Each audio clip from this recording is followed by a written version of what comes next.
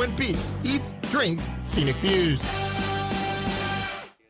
Shane and Kathleen Holland here, the new owners of Southern Oaks Athletic Club in Baton Rouge. Inviting you and your family to come see our incredible facility in person, especially if you've never been to Soak before. Southern Oaks Athletic Club is the perfect place for your family to swim, play tennis, work out, take a class or two, have dinner, and so much more. Book an appointment to see for yourself at soakitup.com. That's Soak, S-O-A-C, itup.com. Now. Depression can feel hopeless, draining your energy and joy, but there's a proven way forward. At NeuroJust, TMS therapy is FDA approved, covered by insurance, and backed by 30 years of research. This safe, non-invasive treatment re-engages the parts of your brain tied to mood, with over 85% of patients seeing real results, many achieving full remission. Imagine peace, better sleep, and the freedom to enjoy life again. Start your healing journey today. Visit NeuroJust off Bluebonnet in Baton Rouge or online at neurojust.com.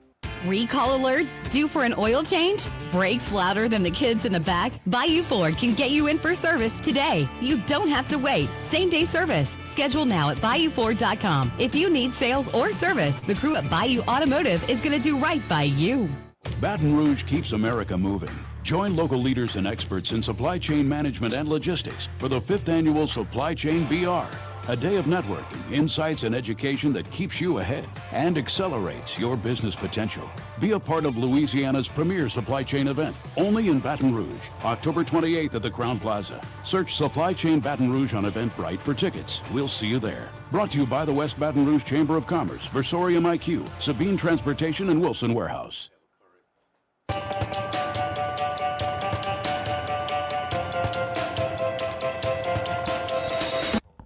Live at lunch with Ott and Hanny from Big Mike's Sports Bar and Grill in Denham Springs on 104.5 ESPN Baton Rouge.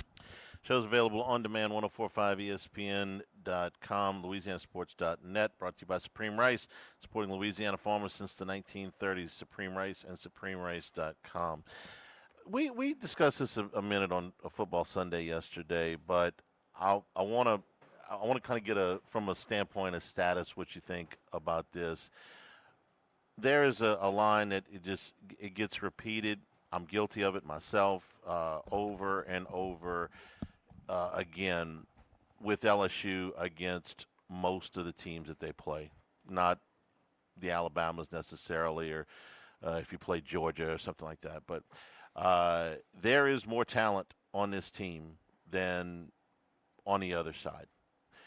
And we say that so often. There's so much talent. Like I said, I'm guilty of it myself. We did the whole breakdown of all of the guys that came in the transfer portal. Most of these guys had accomplished something at the Power 4 level, and you take it for granted, but it becomes like a crutch. Well, with all of this talent and all this more talent, and my question is, did LSU have more talent than Vanderbilt on Saturday? Hear me out, okay? I'm not telling you that LSU is not going to have more players drafted than Vanderbilt. They probably will. I'm not going to tell you that they won't get drafted higher than most of the Vanderbilt players. They obviously will.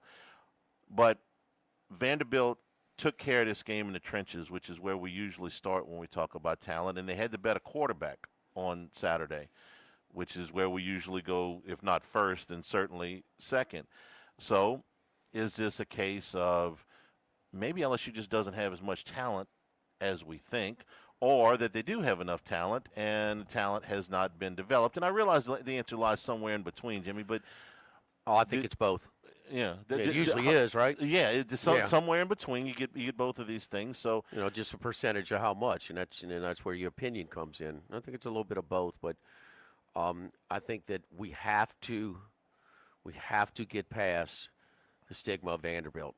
If that was a team in, I don't know, black and orange or whatever for, Georgia, or crimson and white, I mean, would you be freaking? I mean, we do the blind resume sometimes. Mm-hmm. You do the blind uniform thing. They are a better line of scrimmage team.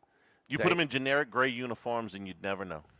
On Saturday, you wouldn't have. I thought Ty Simpson played really good against Vanderbilt in that game, and they were right there with 2 red zone turnovers. They had Pavillon live, on game day. He talked about, said, what'd you learn in that loss? He said, man, I learned the quarterback can't turn the ball over the red zone twice. You know, he also got a little peek behind the curtain, what makes him so special, too. Well, my mom, you know, I lost a wrestling match when I was little. She put me in a corner. She said, I ain't talking to you. And then the brothers are making fun of me. Says, I don't want to feel this again. Right. I'm not losing next time. Like, say what you want, but you know, it's not if that's a blueprint, you know, to way to parent or whatever. But it's gonna make you tougher. So that's it's just Vanderbilt is, and they are. Indiana was good, well coached last year, but they were also a product of their schedule last year. They took the being hot. They capitalized on the moment and upgraded, especially up front. They got pushed around up front against Ohio State and Notre Dame. I know Notre Dame played in a national championship game. Notre Dame wasn't the second best team in the country last year. Okay, pushed around, didn't belong. Oregon's got some really good players up front, some really good players.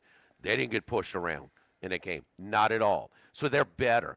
Vanderbilt took the spark, 6-6, but Vanderbilt 6-6 in the SEC, throw a party. They capitalize, and they are better. These two teams are better than they were last year. It's not gimmicks and smoke and mirrors. It's up front. And so, you know, it's a different approach. And you talked about a lot, the sort of the, man, these guys, they got guys on a two deep with so many snaps per game. Yeah. You know, The depth, defensively. yeah. Okay, but Vandy on the other side, it probably say, no, this guy's on D3. We know we're the misfits. We know we're playing with a chip on our shoulder. And what team in the trenches, especially LSU's offensive line and Vandy's defensive front, what team played with more of a chip on their shoulder? The home team. And that's one thing you can't, and I think Dixon was alluding to this during the postgame, man. Bro, sometimes your onions need to drop, and you just need to get after it. It doesn't take one bit of talent to have grit. Yeah. You know, to have toughness. And Gene Chizik was on with SEC this morning with Peter and Chris Doring, and he says, man, you turn on the tape with these guys, they get after it. So this is not some gimmick type of, man, wait, we seeing this high tempo or this new spread offense, Joe Tiller or whatever. It's not something that they're doing with gimmicks and scheming. They're just doing old-fashioned football. And yes, the toughness part of this. And why is that?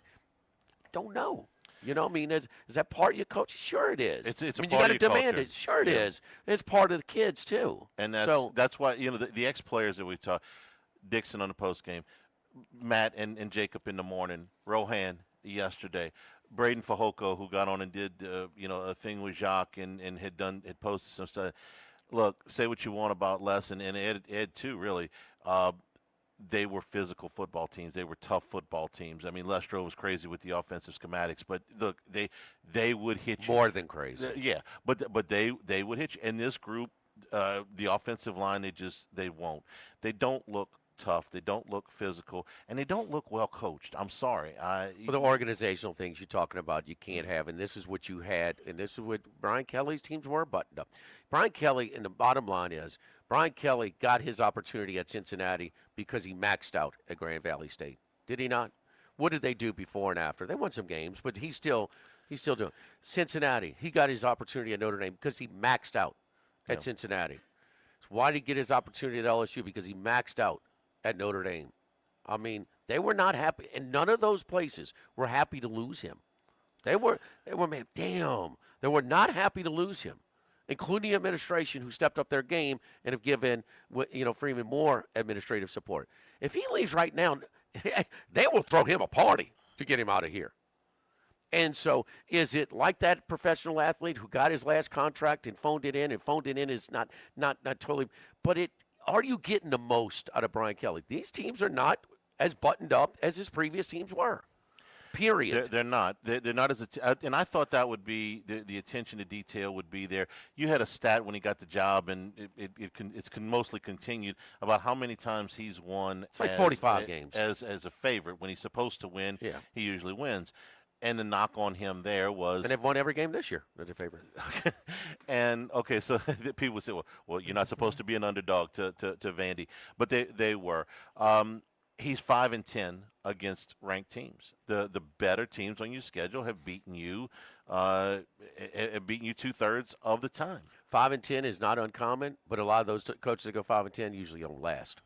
You're being paid to. But those are the games you're being paid to win. You know, you've won the game. He knows where you're that. the favorite. He has alluded to that. He knows the expectations. He knows they're not living up to him right now. The guy at Penn State just got fired because he didn't. He won the games he was supposed to win, but not the games that they needed to win. All I want to see is, but boy, this is your 60% is going up significantly. Is Dixon 75% going up?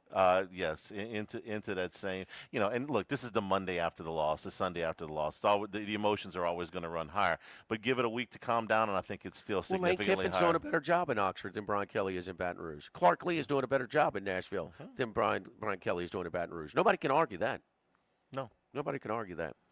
We're live over here at Big Mike Sports Bar and Grill, brought to you in part also by our friends at Legacy Title. Chad Reynolds, Legacy Title, for all of your real estate closings. 296-0060, full-service title company servicing all of South Louisiana. Fast, friendly, professional services, which you get with our great team. Ashley Donald, Marion Haynes, Adrian Galata, Michael Platt, Natalie and Bradford Smith. Buying, building, refinancing. Nobody chooses but you. Choose Chad Reynolds at Legacy Title, 296-0060. Live at Big Mike's in Denham Springs, live at lunch, 104.5 ESPN Baton Rouge. Live at lunch. Looking for a roof that's going to last with the best prices and awesome customer service? Visit Majestic Metals. With over 70 years of experience, our knowledge and expertise are unmatched. And we've just lowered our prices, still providing the same prime warranty roofing materials guaranteed to last. If you want quality, strength, and service, visit on Airline in Sorrento or call 225-675-3800 or online at majesticmetalsinc.com. Your new roof is waiting. Let us get you covered. Looking for your next adventure without the commitment? Check out our rentals at All Star Toyota. When you rent, not only will you get 7 days for the price of 6, you can try before you buy.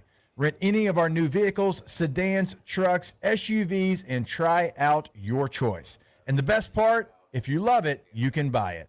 Try before you buy at All Star Toyota on Airline at Goodwood. Hey, it's Matt Moscona. For years, you've heard me talk about that patented non-toxic dry fog treatment to sanitize, kill mold, remove odor, and other harmful pathogens. Well, they've merged to create Parish Restoration. Learn more at parishbuilt.com. That's parishbuilt.com, and hit the Restoration tab. Parish Restoration has knocked out mold in buildings as small as your home up to one of the largest commercial buildings in the entire state of Louisiana. Servicing all of Louisiana, visit parishbuilt.com. That's parishbuilt.com. When we started GMFS Mortgage here in Baton Rouge 26 years ago, do you know where we wanted our headquarters to be? Here's a hint. We've never moved. That's right. We started in Baton Rouge. Our loans are originated, processed, and underwritten in Baton Rouge. Every step of the mortgage process happens here in Baton Rouge. So when you're ready to buy, build, renovate, or refinance, please check out GMFSmortgage.com and choose GMFS Mortgage of Baton Rouge. We are your local lender. NMLS number 64997 is an equal housing lender. Mortgages originated at 7389 Florida Boulevard, Suite 200A, Baton Rouge, Louisiana 70806. There is absolutely no reason to go one more day feeling uncomfortable or insecure about your smile. Hi, I'm Dr. Leo Reagan with Fusion Implant Center.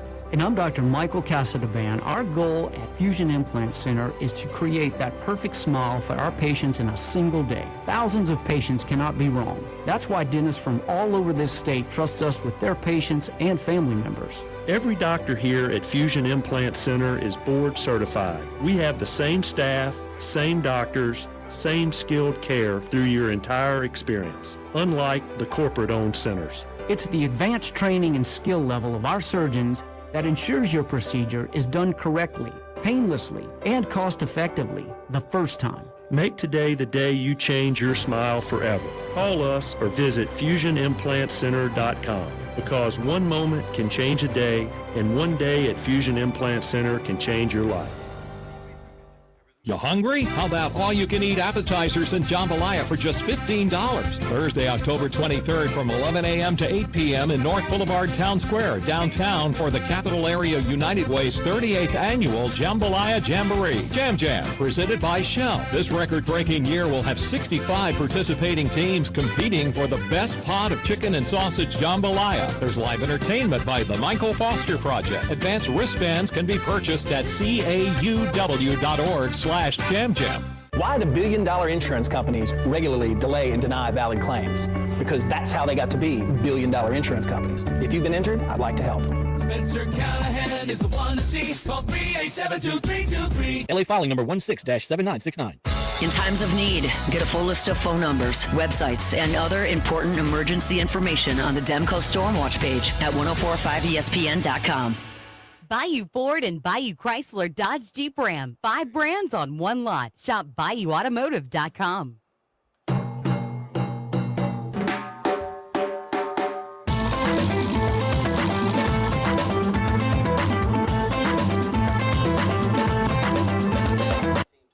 Jimmy, Charlie, and Troy. 3 best buddies sitting around talking sports bets. Let's welcome in Troy Macker from Bet Rivers. Troy, how you doing this Monday?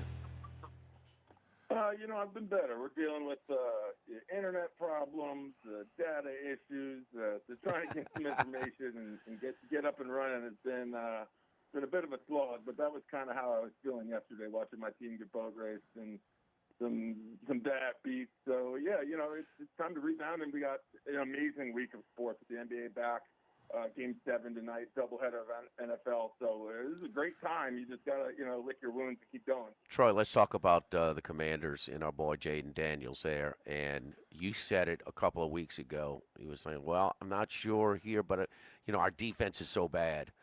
Man, I think about that watching their games. I mean, I know Dallas is a good offensive team, and now you got CeeDee Lamb back, and you had to develop Pickens, had to develop a relationship when he was out. So it's one of those things. But damn, I mean, like, how about the CeeDee Lamb long touch? I mean, is anybody even in the picture? I mean, they are way worse than I realized since you made that comment. Yeah, well, there were 2 D-backs in the picture. The problem is they ran into each other. And so CeeDee Lamb had about 30 yards free to run. But, you didn't mention Jake Ferguson, who's, one of the 3 best tight ends in the league right now. He's catching multiple touchdowns every week. Running back, Javonte Williams, they tried to replace Zeke last year or 2 years ago, Tony Pollard. That didn't work. They got Williams basically off the scrap heap, and he's been very good. The talking point all week was how bad Dallas' defense was, but Washington's defense not much better, and Dallas' offense far better. For me, I hammered Dallas to cover. It got down to they were 1.5-point underdogs at home. I know Jaden Daniels is good, but he obviously got injured, and he's in a sophomore slump. There's no way around that. So that one was. There were a couple lines this weekend. There's one in college where I thought the line was way off, and I took advantage of it in the USC Notre Dame game. But I hammered Dallas because I was just like, Washington's in a really bad spot. They didn't have Deebo Samuel, didn't have McLaurin.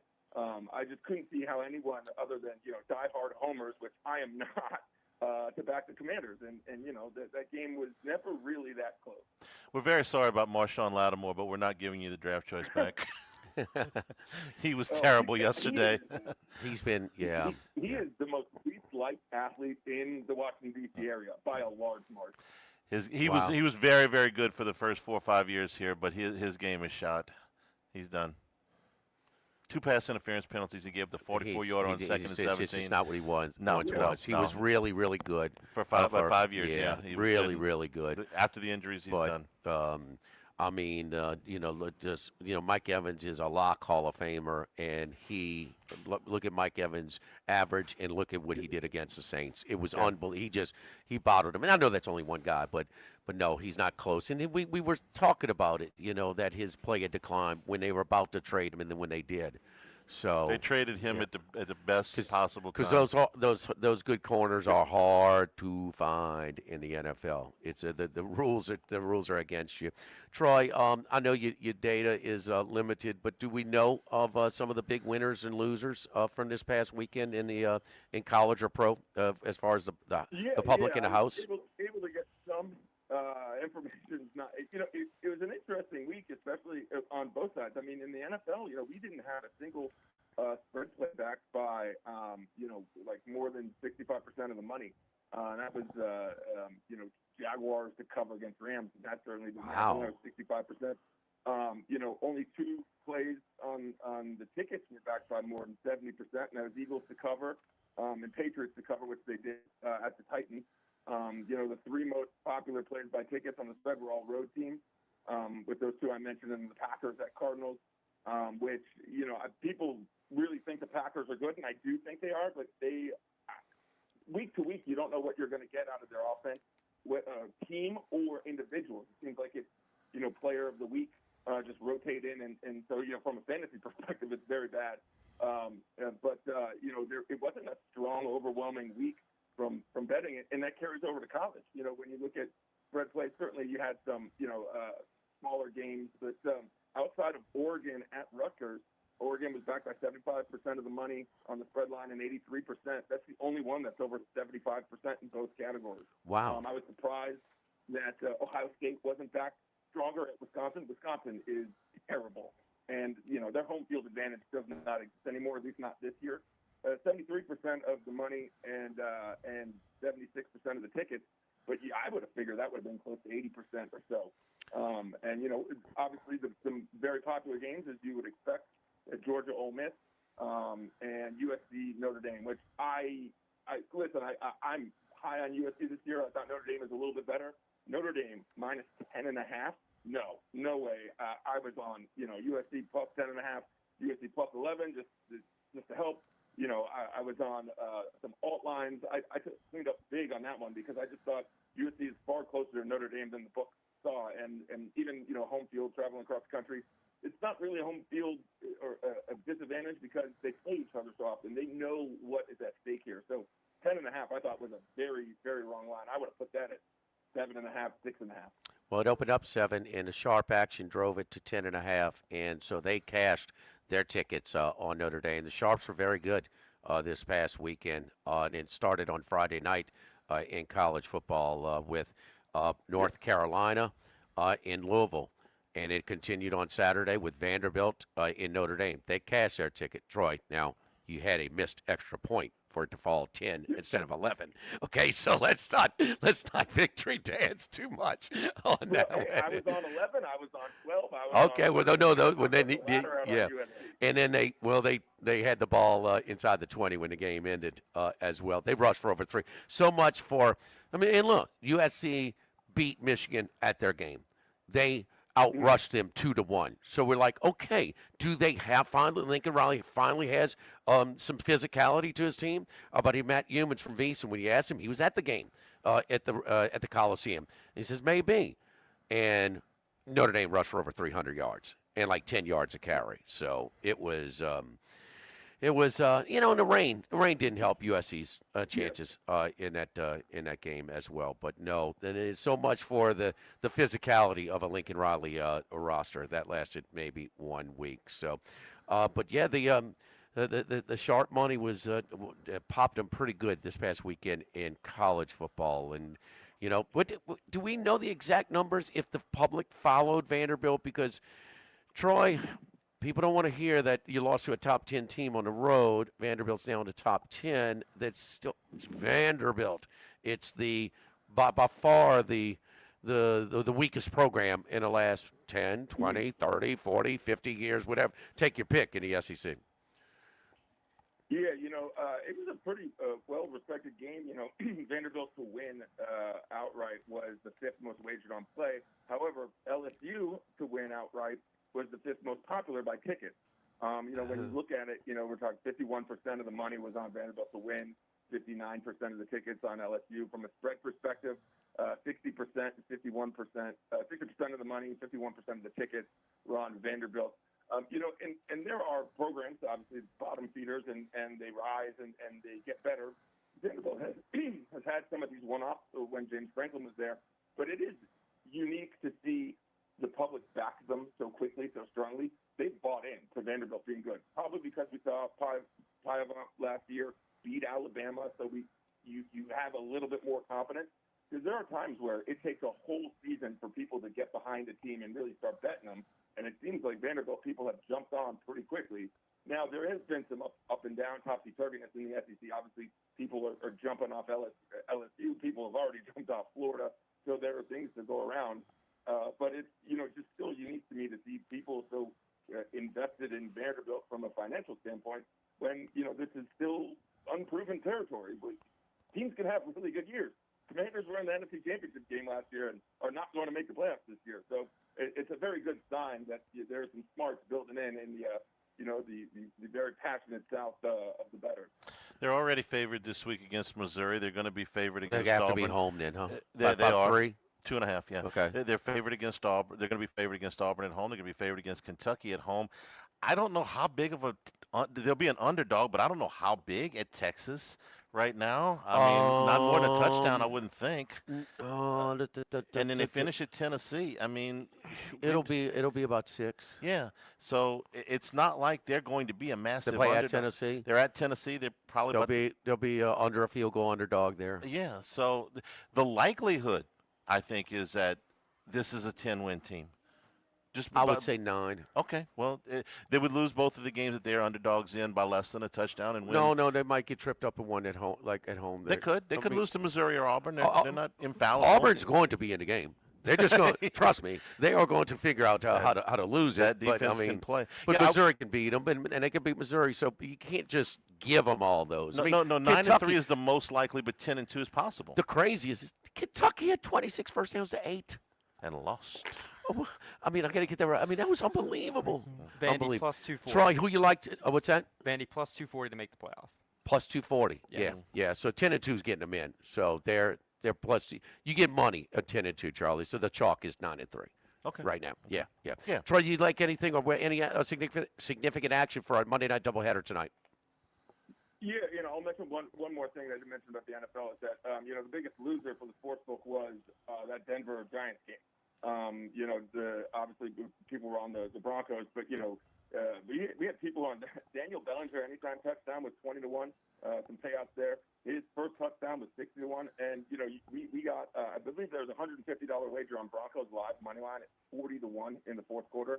The problem is that game didn't take a massive handle because it was so boring in the first half. I think people you don't want to bet on a low-scoring game where the team's down 17-0 to a mediocre Giants team at best. So while it did pick up in the fourth quarter, I think the people were slow to get back to the live betting on that when there were great odds. But so for tonight, the one I really like is actually the prop. Mike Evans is back. I know he's banged up for 3 or 4 weeks, but he is very, very, very good in Monday Night Football. I think he's got like 7 touchdowns in his last 8 games. So I like him anytime touchdown. And you have to figure that the over is the play here. It's 53. Yep. But right now, 81% of the money and 84% of the tickets on the over in Buccaneers Lions. This should be a track meet. It should be very fun. Troy, we appreciate it, buddy. We're out of time. We'll talk to you on Friday. Thank you. Thanks, guys. All right, live at Big Mike's, live at lunch, 104.5 ESPN Baton Rouge. Live at lunch. Everybody's talking about the big, beautiful bill, and it's game-changing for taxpayers. Hi, this is Kerry Bryson with the Bryson Law Firm. We've read the bill, and if you've been putting off a tax problem, it's time to call the Bryson Law Firm and get it resolved. This new legislation could give you a chance to get things straight with the IRS. Whether it's getting caught up on unfiled returns or negotiating IRS debts, there are a lot of new deductions and opportunities in the big, beautiful bill, and the Bryson Law Firm knows how to use them strategically. We've been staying on top of the tax changes in the big, beautiful bill, and we're ready to help our clients take full advantage. So if you owe back taxes or haven't filed returns in years, it's time to call the Bryson Law Firm and finally resolve your tax issues. Remember, if you have tax problems, you have legal problems. Call the Bryson Law Firm. Our headquarters are in Lafayette, and we have offices statewide. Or visit brysonlawfirm.com to schedule your free consultation with your local tax resolution law firm. The Bryson Law Firm, LSP filing number LA 251979. Hi, this is Blake Hollingsworth with Hollingsworth Richards Ford. If you've been waiting for the right time to buy a new truck, the time is now. Ford has just introduced a 3.9% rate for 6 years on all new F-150s. Once again, that's 3.9% for 72 months on all F-150s. So, view all of our inventory on HollingsworthRichardsFord.com. Once again, that's HollingsworthRichardsFord.com, or come see us on Florida Boulevard today. Offer excludes Lightnings and Raptors. Looking for the perfect place to host your next event? Whether it's a conference, a wedding, a fundraiser, or team gathering, Renaissance Baton Rouge has you covered. With 13,000 square feet of flexible meeting space, we'll accommodate everything from intimate gatherings to grand affairs for up to 500 guests. Our expert team is here to ensure everything runs smoothly from start to finish. For your next meeting, event, or celebration, choose Renaissance Baton Rouge, the destination where every detail is perfected. Tommy Kissinger here with Tommy's Windows, Doors, and Siding. We also do gutters, patio covers, and screen rooms. Give us a call for your free estimate today and visit our website, GEAUXTommys.com. From Louisiana farms to your tables, Supreme Rice has the perfect scoop from long and medium grain to aromatic jasmine and brown. And Supreme's new low glycemic and parboiled rice. Every grain is Supreme. Pick up your favorite variety today and make every meal Supreme. You hear that? That's the sound of your business losing money. Legacy phone systems weren't built for today's teams. Quo, formerly OpenPhone, gives your business a smarter way to stay connected. Quo lets you manage calls, texts, voicemail, and contacts all in one place so that you can deliver a seamless customer experience from ring to... Need to take calls on the go? Quo automatically transcribes, summarizes, and highlights next steps from every call, so you never miss a detail. Need insight into what closes a sale? With Quo's AI call tags, you can instantly spot key topics like objections or pricing questions and use those insights to level up every customer interaction. And yes, you can bring your existing number with you for free. Keep your team in sync and your customers happy with Quo. Quo. No missed calls, no missed customers. Try Quo for free at quo.com/sports and get 20% off your first 6 months. That's quo.com/sports. QUO.com/sports. The primetime sales event is still going strong at Robinson Brothers Ford. Save big with 0.9 APR plus $9,500 off MSRP on the 2025 F-150 Super Crew XLT. 0.9 APR plus $9,500 off. Last chance to score big savings on every Ford SUV in stock. And as always, no unexpected fees. Since 1946, Robinson Brothers Ford. RobinsonBrothers.com. Excludes TTNL, registration, insurance, and dealer dot fees. Courtesy transportation unit. With approved credit, cash from Ford and dealer. NZ 11325.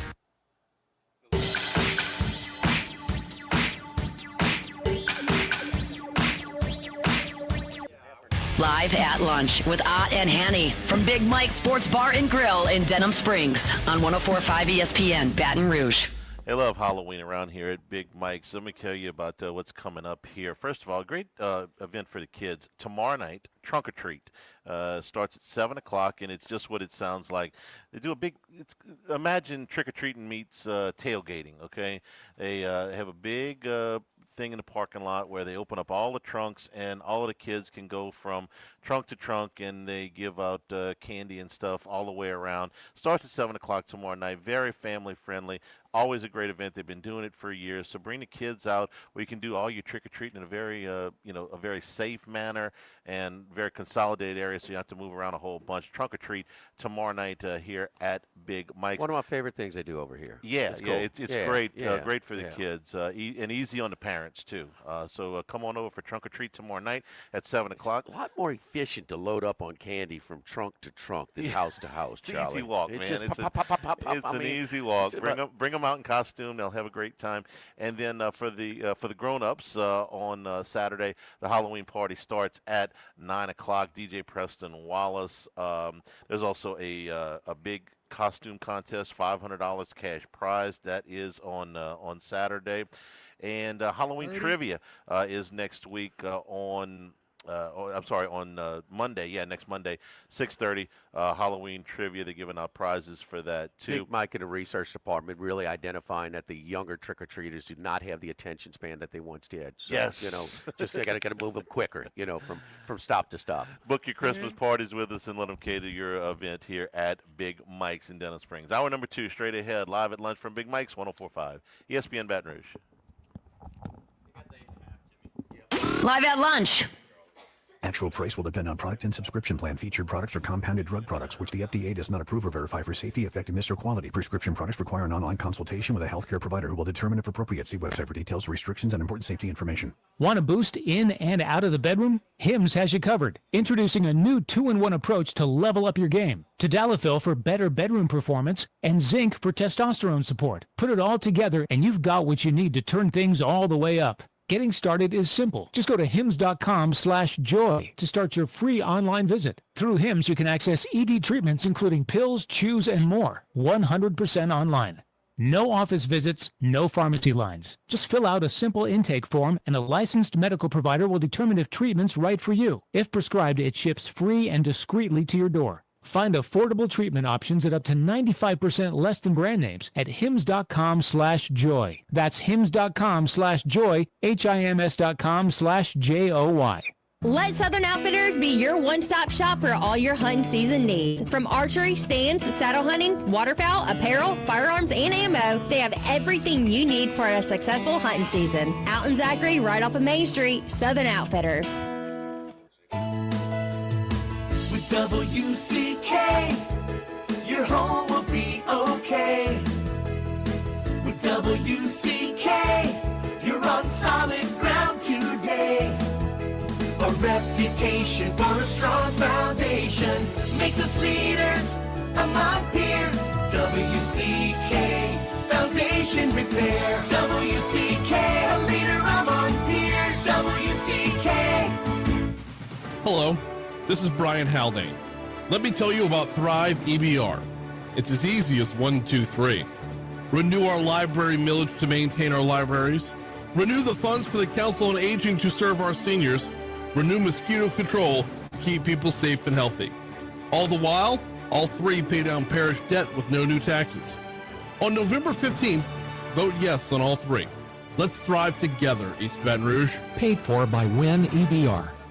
This season, Genesis continues its luxury drive downfield at Genesis of Baton Rouge. From the first snap to the final drive, every model delivers precision, poise, and performance that's always in formation. Bold design owns the line of scrimmage, while interiors rival the owner's box. Tech reads the coverage, power responds like a franchise QB, no flags, no fumbles, just flawless execution. Genesis, where luxury runs the playbook.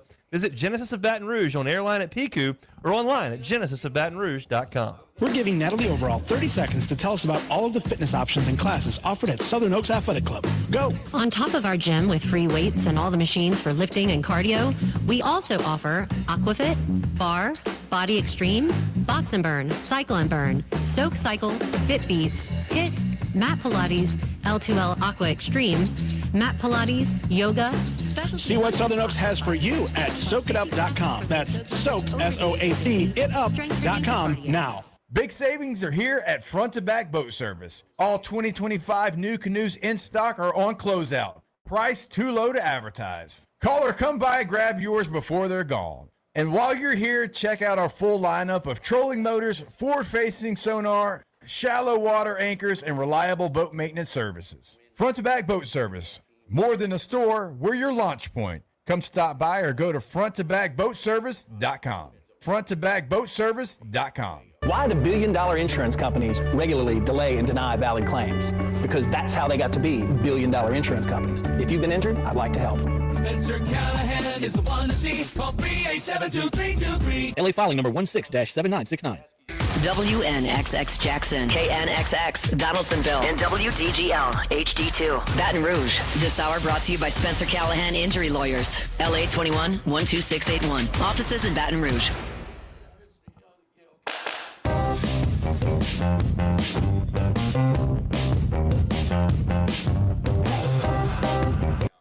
Live at lunch with Ott and Hanny from Big Mike's Sports Bar and Grill in Denham Springs on 104.5 ESPN, Baton Rouge. And return here at Big Mike's, where Halloween is coming. But tonight, Monday night, is all-you-can-eat boiled shrimp, starting at 5 o'clock all the way until closed. And if you're a bigger partaker of wings, every Wednesday night, dollar wings here at Big Mike's. And terrific happy hour drink prices from 3 until 7, Monday through Friday. $2.50 beer, domestic bottles and drafts, $4 wells, $5 wine here at Big Mike's. And again, tomorrow night, trunk or treat for the kids out here in the parking lot, safe and in a confined area. Lots of fun starting at 7 o'clock. LSU's next opponent is Texas A&M, who is now number 3 in the country. 45-42 against Arkansas this past weekend. Bobby Petrino has dialed up some offense in Fayetteville, not a lot of defense, but and the touchdown they got to make it 3 was late. Okay, A&M was going to win this game, but Jimmy, watching A&M, what were your thoughts about how good this team? They're 7-0. Okay, it's pretty tough to be there. There's not a lot of undefeated teams left. I think we're down to 6, but they're one of them. How good are they? They're good. Notre Dame early, that's their biggest win. The others are games they're supposed to. This is their first conference road game, and the defense didn't travel like it had been. They gave up 527 yards. I don't care late or not. It's 60 minutes. Everybody's playing 60, and it was consistently. One thing for Arkansas and Petrino's first interim game this year to do it against Tennessee.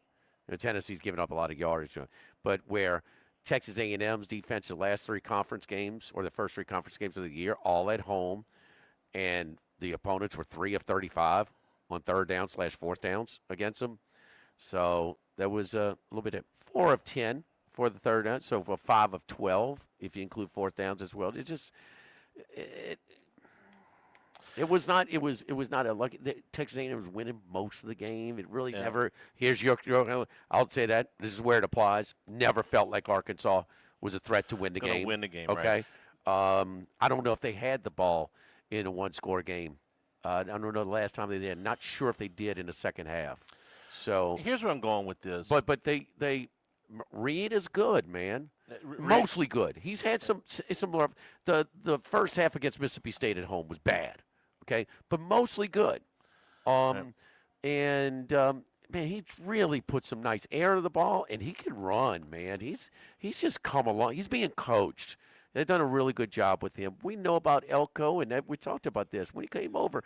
He's a line of scrimmage coach. They're gonna be better up front, and that's one thing where LSU is not getting after it. These guys are gonna get after it up front, even though they gave up a lot of yards on Saturday against Arkansas. Here's where I'm going with this. They're the 5 games minus the Reno wins. They played against Notre Dame, very good quarterback. Okay, freshman C.J. Carr, who didn't have his best night on Saturday too. No, he didn't. Yeah, no rain, but still. But he's good. Okay? Yes. We like him. Okay, so they put up over 40 points. Taylor Green is a quarterback that has run hot and cold, but is dangerous. He played well. He got hurt. He was knocked out of the game. He showed some heart. He played hurt and was still, productive late in that game. He had a very good game. If you watch that game, you got to tip your hat to Taylor Green on Saturday. 5 touchdowns is what he accounted for on Saturday. Auburn, Jackson Arnold, they hold him to 10 points. Horrendous. Terrible quarterback. Florida, DJ Lagway, they hold him to 17 points. Didn't play well in that. No, moved the ball in the first half. They moved the ball for about 3 drives. The first half, they moved the ball on him. He's been more bad than good. He's got 9 interceptions on the season. Okay, I didn't realize 5 of them were against LSU. 1 half good, 1 half terrible. Yeah, okay. And Blake Shapen against Mississippi State, they scored 9 points. Solid this year. Okay, he did nothing special. It's okay. We've seen a lot worse in this league. Where's Nussmeier is where I'm going with this. Middle of the pack. Or even a little less. Yeah. We talked about he's in the 90s or 80 or 90 yards per attempt last week going into the game. That's 136. So that's not even average, especially with a lot of weak teams. You got weapons. You don't have an offense. You don't have protection. So he does. He's got some of the weakest protection. He's got some of the best weapons. There are very good reasons for it, but I see a very uncomfortable quarterback. Whether it's a lack of protection, Even no when he running did, game. he's looking. His clock, his mental clock is moving in. Like he stepped right into pressure on one play that I watched on Saturday, where no, you gotta, no, you have that. Your pocket is clean right here, but and that's where you can call it an excuse, you can call it a pass on him, but when you get hit, as much as he's getting hit, it has a residual effect. It's not just man, he's got protection here. He's got a guy. Well, no, he's still feeling it because he's getting hit so much. That's the first part. And then the second part I would tell you is he's got a wildly unreliable running game. But somewhere in here, his uncomfort level running game. His uncomfortable level is aided, I think, by the fact that this offense is clunky. They do not. When I watched Nussmeier last year, one thing he never lacked for was confidence. Maybe it was at times too much because he would force balls into things and make some, reckless decisions. But I never saw the kid lack for confidence. But right now he looks like he's waiting on the sideline. The goal line situation again. Which personnel's coming in the game? Gordy talks about this on the pregame. It's like there is no rhythm to this thing. You're moving personnel in and out. You don't really have a lot. His conversation you brought up earlier with Kelly, the body language is basically, it looks like, maybe I'm completely wrong, my opinion, don't pin this to anybody else but me, he looks at this and goes, what the F are we doing? That's what I see. Who's saying that? Nussmeier. His body language out there on the field, it's like, what are we doing?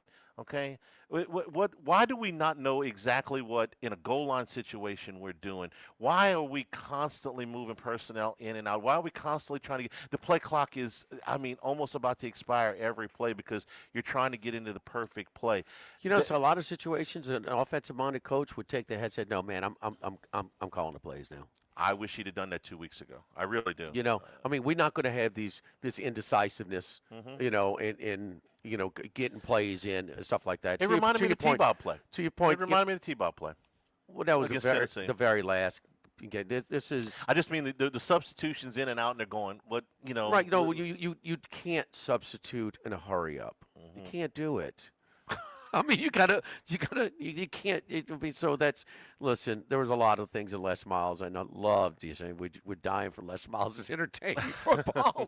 I'm sorry, Charles. No, that was funny. I know people are frustrated, but that is, not me. Okay. So anyway,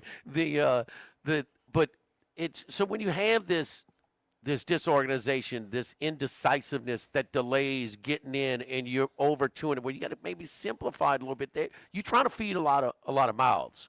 You got some weapons. Those guys are good, and they want. They took Chris Hilton.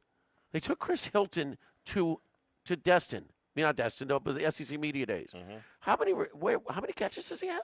4. How many receivers they take to the media days? I know this is different, but they have 4 catches through 7 games. It doesn't happen. So they got a lot of things, and a lot of the frustration, a lot of maybe the poor decisions. And Nussmeier has been hurt, so I'm sorry, his arm strength didn't just go south. Mm-hmm. Okay, but. A lot of it is on the offensive line. It's just, but you got to be a little bit more buttoned up in a situation like this. Now's on, man. I'm taking control of the plays again. I'm calling the plays. We're not going to be indecisive on this type of stuff. Here's the miles I got to feed. Okay, I'm out the miles I want to feed. Let me start with Trey'Dez Green. Okay. Yep. And he's in the game all the time. They don't have another one like him. They go a lot of too tight, but he's in the game. Okay, that's fine. His usage has come up, and I'm fine with that. It needs to happen. I need Aaron Anderson when he's healthy, Barrion Brown, and Xavier Thomas. I don't have to feed anybody else. I like the way Kyle Parker plays. If he's in the game in a substitutional pattern, fine. Nick Anderson, look, came here with high expectations, has been mostly a non-factor. If Juwan Johnson has to be in the game because there's an injury, okay. I don't have to make it a point to, and Chris Hilton has basically disappeared. I don't have to make it a point to get the guys in the game. I don't. Okay, well, maybe they do, but and it starts with your substitution, but you do need to simplify some things. Yeah. Yeah, because that's that's creating some of the stuff. I mean, what about the is it Sharp, the tight end? Bauer You Sharp. know, I mean, He plays in most of the 2 tight end sets. Well, I and mean, is he a guy, a mouth you need to feed? I mean, he's no, a guy that. No, okay, he's gotten yeah. worse Yeah. because his blocking is atrocious. You thought it was holding on him? I've seen that. I've seen that not called. Yeah, I've seen yeah, that you can not let it go. called. No, I've seen more not called. Yeah, I mean that's an official's decision. I've seen that go either way. But his blocking has been poor for a lot of this season. What I'm saying is I'm gonna simplify this down to these are my best guys. I think I agree with that. So, and I'm into if Durham can go, fine. I think he's hurt. I don't think he's injured to the point where he can't play, but I don't think he gets caught from behind last year at this time. I liked a little bit of what I saw out of Harlem Berry. He's starting to get it a little bit. I think he's got a real bright future. How much is all of the substitution patterns on Nussmeier as far as bogging down a little bit? Because I make this point. Gary Croton from one year to the next went from mad scientist to what the hell is going on? Mm-hmm. Because he had a fifth-year guy in Matt Flynn who can handle all the different the personnel packages and different things that you were doing. But the other quarterback, it was more adding layers of confusion. Well, yeah, because in that 2008 so season, how much is on Nussmeier, who's a coach's son, who's a quarterback, a former quarterback coach's son, that should have some of the. But not necessarily. Or is it? It's not on him. Not the substitution patterns necessarily, but getting them in the right but there's play. There's more personnel packages. Right. Now, I don't think he's calling for the packages to come, the guys to come off the sideline. But when they do, he's not, responsible. I know for, he's not, but you're not following me. Gary Croton didn't do one thing different from one year to the next. Yeah. But a big part of it was his quarterback having command of all these different personnel packages. Yes, right. Because there were 3 and 4 guys coming in and out of every play. I'm with you now. Yes, some of this falls on Nussmeier. Some of it does. I think probably more of it falls on the sideline, but I think some of it falls on Nussmeier. Forget my man Dana Brown at the law offices of O.C. Brown. Dad just passed recently. Got to go through all the succession. I'm like, wait, what? I got to do this to get this. There's a lot of paperwork. I am just overloaded with these. Dana and his staff over at the law offices of O.C. Brown handling everything that this people need. They need a death certificate. They need this. They need this. It's just a lot. And thank goodness for Dana Brown. So it's another example of something that I need something different. I need legal assistance out of at a different stage of my life. And so you just take advantage of that initial consultation. If you go through getting a wreck, for sure. I mean, they handle everything from lining you up with the doctors to negotiating with the insurance companies, every little thing along the way. So Charlie's had different things. I've had different things. And then others, we've recommended Dana's team of specialized attorneys to assist them as well. So just another case of something different, a different stage of my life that good thing we are comfortable and have a great team that I can lean on. The law offices of O.C. Brown. Dana Brown at the law offices of O.C. Brown, 343-1111 and ocbrown.com. Live at Big Mike's, live at lunch, 104.5 ESPN Baton Rouge. Live at lunch. Baton Rouge, get ready for a fiesta of flavor. Whether you're craving sizzling fajitas, cheesy enchiladas, or the best margaritas in town, Las Palmas Mexican Grill and Rio Cantina Mexican Grill have you covered. Bring the family, bring your friends, and bring your appetite. From fresh guacamole to mouth-watering tacos that hit just right, it's not just a dinner, it's a celebration. So why wait? Tonight, make it Las Palmas or make it Rio Cantina, 2 local favorites serving up authentic Mexican taste right here in Baton Rouge. Las Palmas Mexican Grill and Rio Cantina Mexican Grill, where every night's a fiesta. At Town Square Pizza, we take pride in serving Baton Rouge with fresh, delicious, piping hot, personalized pizza with unmatched speed. Whether you're a downtown worker, a family looking for convenience and value, or an out-of-towner staying at one of the nearby hotels, Town Square Pizza is the spot for you. Try a specialty pizza like the Spanish Town Supreme or custom build your own. Family packs, kids' meals, and salads are available as well. It's hip to be square at Town Square Pizza, downtown facing. What else? Town Square.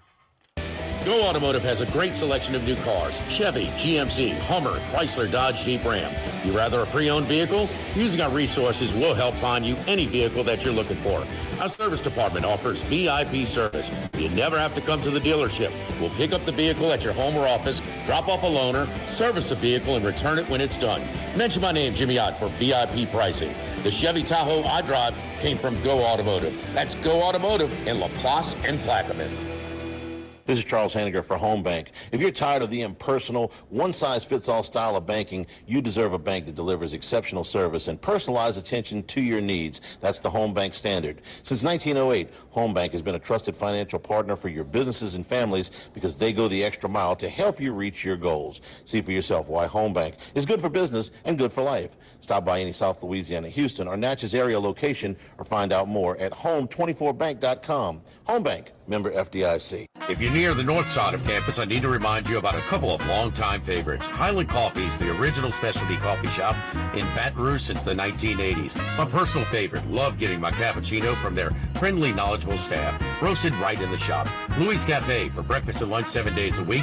The Mitchell Omelet, Cajun hash browns, Big Cheesy Lou, all served up in that famous open kitchen atmosphere. In Tigertown since 1941. A couple of great spots. Highland Coffees and Louis Cafe just outside the north gates of LSU. Get the 104.5 ESPN Baton Rouge mobile app powered by Bayou Ford and tap the microphone icon to send us your thoughts in an audio message. Your message could be played on air. Find our app in the Apple or Google Play Store. For direct links, visit 1045ESPN.com. Tigers, Saints, Southeastern Conference, all in one place. LouisianaSports.net. No paywalls, no article limits. It's just the coverage the Louisiana sports fans want. Bookmark it today. LouisianaSports.net. Since the 1930s, Supreme Rice has delighted their customers for all of your favorite South Louisiana dishes. Whether you like the brown, long grain, medium grain, jasmine, or the new parboiled rice, Supreme Rice makes your favorite dishes even better. They even have a healthy low glycemic rice, a great option for diabetics and those who have high insulin resistance. Supreme Rice is proud to be part of the Climate Smart program, which promotes water conservation and reduces methane emissions so future generations of Louisiana farmers can enjoy the same benefits. For more information and great recipes, find them online at supremerice.com. ALS is a progressive and neurodegenerative disease, and we need your help to find a cure. The mission of the ALS Association, Louisiana-Mississippi chapter, is to discover treatments and a cure for ALS, and to serve, advocate for, and empower people affected by ALS to live their lives to the fullest. Whether you are newly diagnosed, a military veteran, a caregiver, or someone looking to learn more about how to navigate living with ALS, they can help. Visit als.org to learn more. That's als.org.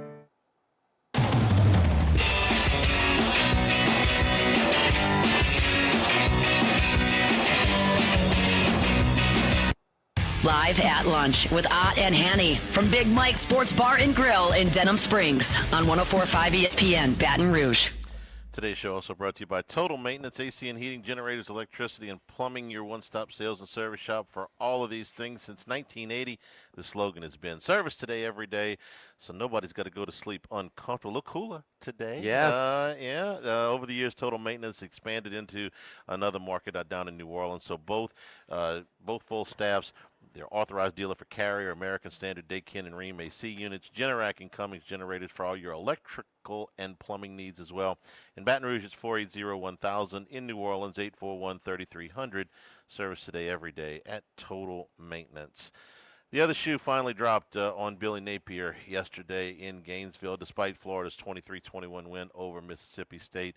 The Gator coach is out. This has been a year or more of will they or won't they, and then last week the story kind of broke earlier in the week that they had made up their mind no matter what happened this week. Billy Napier will land on his feet somewhere. He'll get another job, not another SEC job, but he'll get another job. I think this is his last. This is it. I don't see him kind of, even if he goes so lower, I don't think he's going to get another SEC upper half SEC type of job. You may be right, although I got to tell you that I was shocked when Will Muschamp got the South Carolina job after what he had done at Florida. Shocked he got the job at Florida too. I mean, what did he do to get the job at Florida? He had become coach in waiting at Texas. No, you're right about that. He had a good agent, man. So here's the Lane Kiffin front and center. We talked a little bit about this last week. Some of the early offers that you're hearing out there, some of the early rumors are way up there. Hey, you want to hear my joke for the day? What do Jimmy Sexton and Christmas have in common? I don't know. Both of their seasons start earlier and earlier every year. So he's got yes. He's got the reins on Lane. Do you just straight up or down? Do you think Kiffin's the next coach at Florida? Yes, you do. Okay, and I think there's a real good chance of that as well. I think they're coming really strong at him. I think this is part of the conversation that they leaked last week. You don't leak that information if you're not doing it. So he would win, lose, or draw. It's a bye week, but also I think he got a real chance of beating Georgia. Georgia is not. Georgia, I mean, say what you want about Chambliss. Say what you want about Kiffin. When is Georgia at home, when they are a top 10 team, give up 5 straight touchdown drives at home to start the game? Yeah. 5 straight touchdown drives. They are beatable. They are beatable. And what happened to Ole Miss? What we predicted would happen to them when they faced a really good physical running team that they would not be able to stop. And that's why Georgia just ran the ball to death. I don't know what they finished running the football, but it was a lot. 250. I think. Yeah, it was a lot. So they look, the nice little piece, the many faces of Lane or whatever. Yeah. His daughter loves Oxford. The ex-wife she's in the picture now, who, by the way, is a Florida. Look, they're coming after him. He may stay, but I think he's leaving. I think he is. The Ole Miss people have gone. They have an unprecedented support of his program. Yeah. For when Ole Miss has more player budget than a lot of the big boys, that's just, I mean, he is maxed out. He is maxed out in maybe, and I think it's a roster last year that had a chance to do some damage in the playoffs because of what they had up front, Nolan and them guys, McGee's. But, this year they'll be limited even if they make it, which I'm not sure they will or they won't, but he knows he'll have. And will the Florida people, will they start putting their money where their mouth is, and give him some player budget that they, aren't really doing with Napier a ton. I think he knows that he's got a chance to. He's done as much as he can do, hasn't he? At Ole Miss, can they get in? Yes, they can get in, but that's the one thing that's really complicating this, in my opinion, is. Will he have to leave? And I'm with you. I think he's headed to Gainesville. He could tell his daughter, listen, you want me to stay in Oxford, but you're in Baton Rouge, most of the time anyway, if the social media pictures are any indication. But he would have to leave potentially if he's 10-2 and they're not in the SEC championship game, so they are pretty much locked into the playoffs. Can he walk away right then? Or would Florida be willing to wait for him? 3 weeks, 2 weeks? What if they got hot and won the whole damn thing? I don't think it's possible. I don't think it would happen. But I can't. Man, there's a lot of things happening we don't think. Exactly. In college football this year. Okay, so I don't think either. I don't think they had that roster. They just have to They have to perform at such a. They've scored on their first 5 touchdowns on their first 5 possessions and lost by 8. Yeah, I mean that's just a lot. That's way too much pressure on your offense. I think the playoff thing complicates it. If we were 3 years ago and there's a 14 playoff, you don't think Cignetti signed that deal immediately? Absolutely. With the playoff, looking at, yes. like, no, man, I got a team that can make a run. I don't know if I'm going to have a team like this. I mean, you just can't take that for granted. So I'm just, it's just, if they were it complicates it. If they were 3 years ago and it was a 14 playoff and Ole Miss was going to finish 10-2 and go to the Orange Bowl or something, then it's easy to walk away. Then it's easy. But this is tougher. I'm not saying it's impossible. It's a deal breaker. But this is tougher. I think it just complicates matters. It does. No, it does. But it doesn't stop it completely. It doesn't kill it. It makes it harder. And it makes it harder because if you wait, your roster is shot for that first season. Yeah. It's shot. No waited. I know it's a different level, but North Carolina waited. They did. How's that for first-year roster working? not real good. They turned a bunch of it over. Didn't like Jeremy Hill tell us what Belichick's policy was? Stretching the ball out? Well, he didn't stretch it out, but he cut they didn't you. cradle it. No. Tight end didn't cradle it. You would cut. They were a lot more competitive the other night at Cal. Very much so, and got it. And Cal was fortunate to win. Cal get first play from scrimmage. North Carolina fumbles. They cash it in for a touchdown. 3-0 the turnovers. The quarterback looked healthy. They had a little bit more zip to his arm. I was very surprised. Sharp action wasn't. They were all over North Carolina on that game, driving it from 10.5 to 7.5, and North Carolina could have easily won that game. Yeah. Could have easily. One more thing on Kiffin. The transfer portal going to one window also kind of, ratchets up the pressure a little bit. Just hypothetically, if he were going to stay with Ole Miss into the playoff, which you're into the December the 21st area, portal opens not long after that, and there's no more spring portal. So you would be saying, look, if he literally, you're Florida, you're going, they win, we ain't going to get this guy until the portal is open. And okay, it's going to be shot. Say he accepts it. I mean, I can sit here and finish coaching the year at Ole Miss and coaching our team, and see if we can make it to the playoff and do that, or you can send me on my way now. What's Ole Miss going to do? Ole Miss is going to let him coach the yes. playoff. No, it's not Ole Miss. It's Florida. Are you willing to wait for him? Are you willing to? No, he can accept it. Charlie, let's say you can do both. Let's say next Monday. No, I'm gone.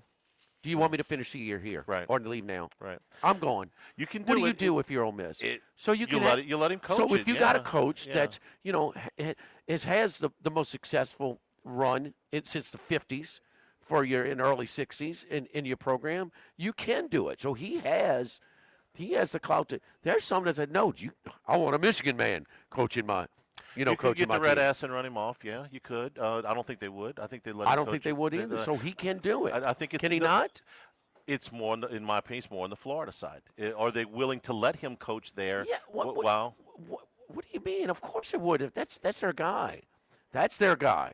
Now it's our belief that that's our guy, and the information I'm kind of hearing is that's the guy. Yeah. He's done it in this league with less. And I'm dying to see the contract whenever it comes out, because I think, this is prediction, blue book it or whatever, I think you're going to see the highest paid coach in college football there, but I also think you're going to see something significantly less than 10 years. I think these 10-year contracts are going away. Well, section tells you want them, it's a 10-year deal.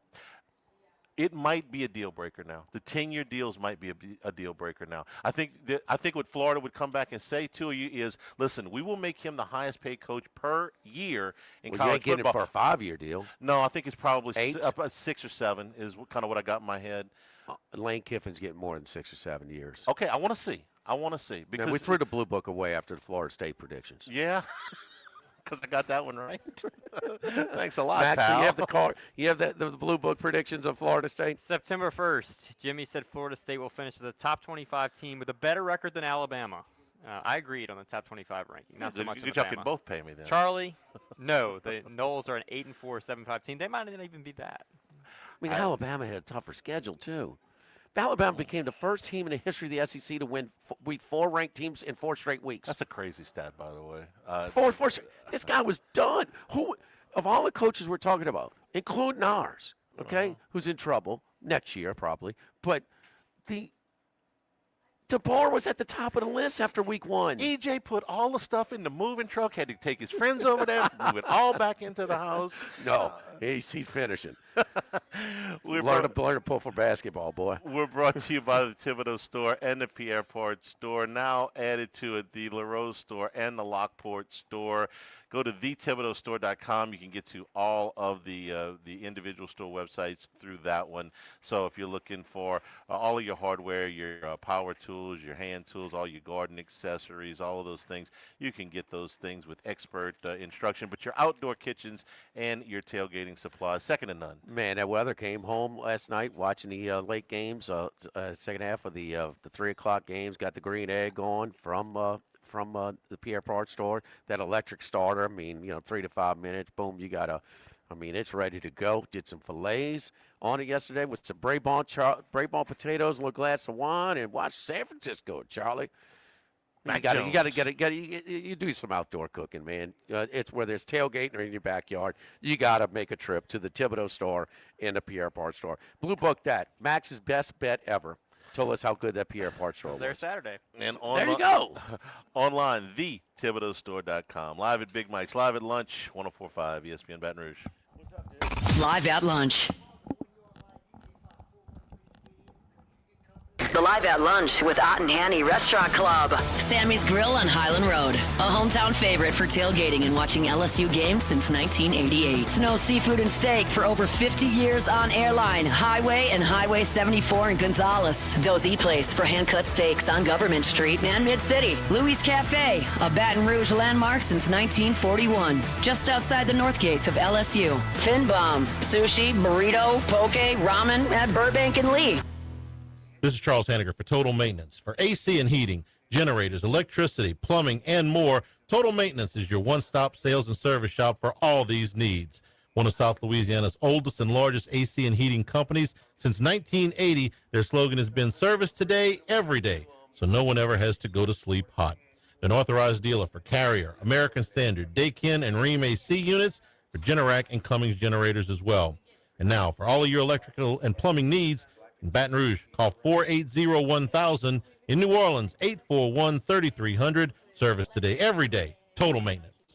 This hour of Live at Lunch with Ott and Hanny is brought to you by Dana Brown at the law offices of O.C. Brown, 343-1111, and ocbrown.com. Roto-Rooter for all your plumbing needs, 925-8710. Supreme Rice, grown, milled, processed in Louisiana since 1936. United Community Bank, the local way to bank big. Tex Morris at Edward Jones Investments on Jefferson Highway, 928-8659. Total Maintenance, your one-stop shop for AC, electrical, generators, and plumbing. Service today, every day for Total Maintenance and Coastal Capital Advisors. Markets evolve.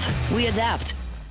This is Buzzy Hydell for the Morris Insurance Group. Outdoorsmen in the state might be having a tough time right now finding policies to fit on the properties they love. If you've got a hunting camp, a boat, or an RV that has been difficult to insure, we want you to look again. For owners or renters, the Morris Insurance Group can help you all the way to the duck camp or the fishing boat. We also have policies on coastal properties, including flood insurance to let owners protect themselves in the event of damage. For your camps, boats and trailers, four-wheelers, ATVs, and tractors, get a quote today at morris-ig.com or call 225-201-0007. Now, everybody's been to Louis Cafe by campus. Heck, it's been around since over 80 years now. We're still doing delicious omelets like the Mitchell, cheesy grits, Big Cheesy Lou, and those Louis Original Cajun hash browns. We now offer a pickup window. Just call in your order at 346-8221. Give us 15 or 20 minutes, and we'll have it ready for you. Our hours are now 6:30 a.m. to 2:30 p.m., 7 days a week. So next time you visit campus, make it a point to stop by and visit an old friend. Louis Cafe, just outside the north gates of LSU. This is Charles Hanniger for Coastal Capital Advisors, your full-service financial planners. When it comes to retirement, there are no two situations alike. So Coastal Capital Advisors will work with you, your business partners, your legal team, and tax professionals to make sure those goals are achieved. Coastal Capital Advisors will work for you. I know, because they work for me. For more information, contact Philip Fontenot and his great staff at 337-981-1376 or online at coastalcapitaladv.com. Advisory services provided by New Age Advisors, LLC, doing business as Coastal Capital Advisors as a registered investment advisor. Securities offered through New Edge Securities, Inc., member FINRA, SIPC. 104.5 ESPN Baton Rouge and First American Bank and Trust bring you the Heart of the Game Award, recognizing student athletes who deliver when it counts. Nominate your game day standout at 1045ESPN.com by the 21st. And then it's up to the fans to vote for the winners. Each winner gets a $250 gift card, a custom award, and the spotlight they've earned. Presented by First American Bank and Trust, a banking tradition since 1910. Click through the static and listen to 104.5 ESPN Baton Rouge in high definition. Simply tune to 98.1 and select HD2.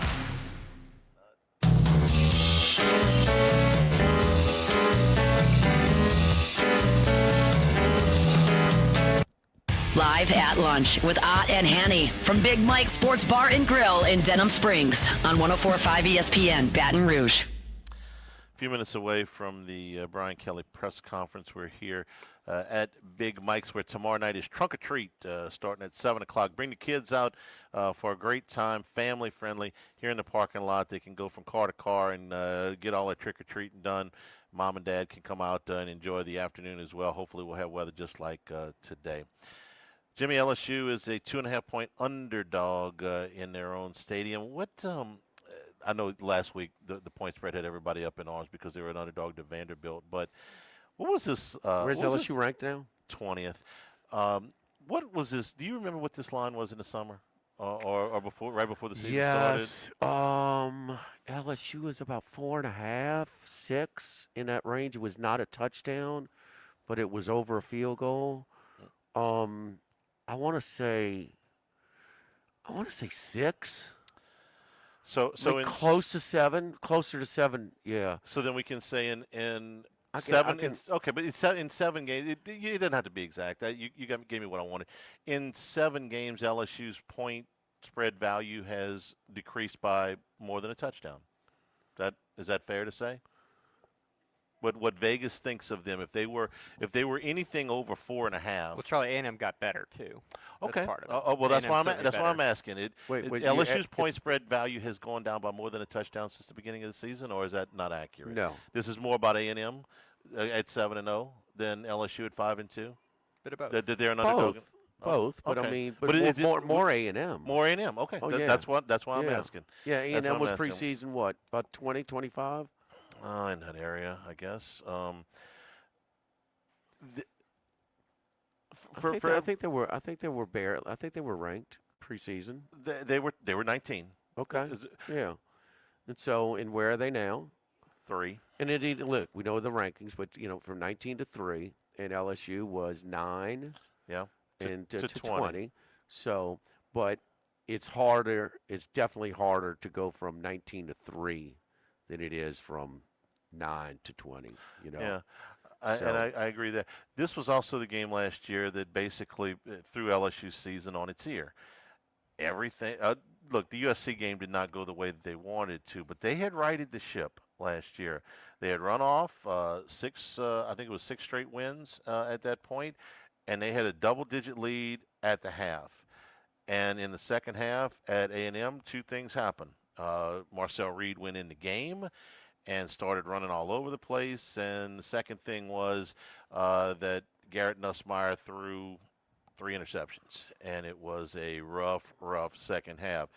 And after that, it spiraled out of control on LSU. They got blown out by Alabama. They lost on the road at Florida before they finished up in decent shape. So this game a season ago was the one, in my mind, they might have lost. They would have probably lost to Alabama anyway the following week, even if they'd held on to that lead. But I think they would have beat Florida, and it would have been what would the 10-2 LSU Tigers have gotten into the playoffs last year. This was the game that fouled them up last year. This was the half that fouled them up last year. And it was, I thought it was one of LSU's better games the first half. It was, yeah. They went in with a 10-point lead. They had the ball. They had decent field position, and then the whole thing just went to pieces on them in the second half at College Station. LSU can win. Oh yeah, they're undefeated at home. I don't even know how Texas big. A&M's best win. I mean, Texas A&M, Arkansas. Can Arkansas give them a game? Kind of. Yeah. So LSU better than Arkansas? Yeah. Right now, I don't know if they're a better matchup for A&M than Arkansas because Arkansas can score. And I know that A&M is going to. You saying Arkansas is better than LSU? Arkansas's offense is better than LSU's right now. Okay, you got to play defense too. I do, I know. Yeah. I think LSU would beat Arkansas right now. Okay, although my confidence is wavered, but I don't know if they're a better matchup because if you're going to get into a game that gets into the high 20s and 30s, Arkansas is more equipped to play that type What's of a game tougher than LSU place to is. play? Tiger Stadium or Fayetteville? Tiger Stadium. Okay. Okay. Well, this week we'll see. They all left early at for South Carolina. And they were winning that game. Mood's pretty foul around here right now. In case you hadn't noticed, I'm worried about LSU's ability to get into any kind of scoring match with A&M. Great credit to Auburn, man. They've had tough times, and that crowd brings it. That was an awesome atmosphere. We'll see if on they bring it this Saturday week. night I really don't against know. Against Missouri, Yeah. who doesn't exactly get the juices flowing at Auburn. I really don't know if they will or not. Well, it depends on maybe getting a good start and keeping your crowd in there. Who's not happy? I get it, but they start beating. If they have a chance to beat A&M, I got to believe. I'm sorry, this is a little bit more imposing place to play than Fayetteville. We're back on the other side of the Kelly Press Conference. Big Mike Sports Bar and Grill on Aspen Square in Denham Springs. Live at lunch, 104.5 ESPN Baton Rouge.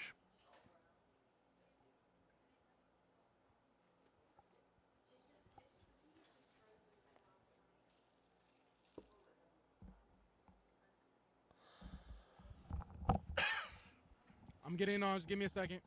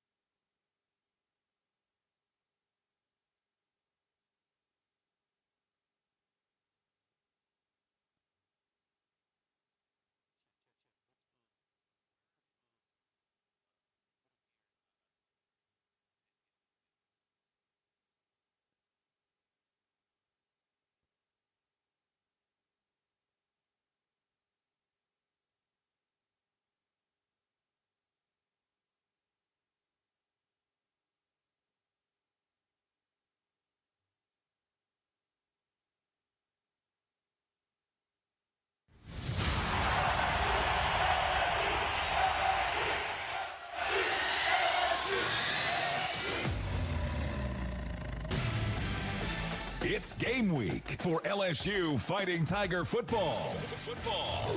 This is the Brian Kelly Press Conference, presented by the Louisiana Farm Bureau Federation. This Saturday, the Tigers host the Aggies from Texas A&M inside Death Valley. It's a competitive group. You know, they have a lot of pride. They're going to play hard. We just have to play smarter and cleaner. I'm not worried about the guys not wanting to play at their very best. They're going to play at their very best. They're still in it. Coming up, head coach Brian Kelly sets the tone for the Tigers this week and updates all things LSU football. But first, with a preview of this week's matchup from inside the Capital One studio at legendary Tiger Stadium, here are former Tiger Gordy Rush and the voice of your Fighting Tigers, Chris Blair.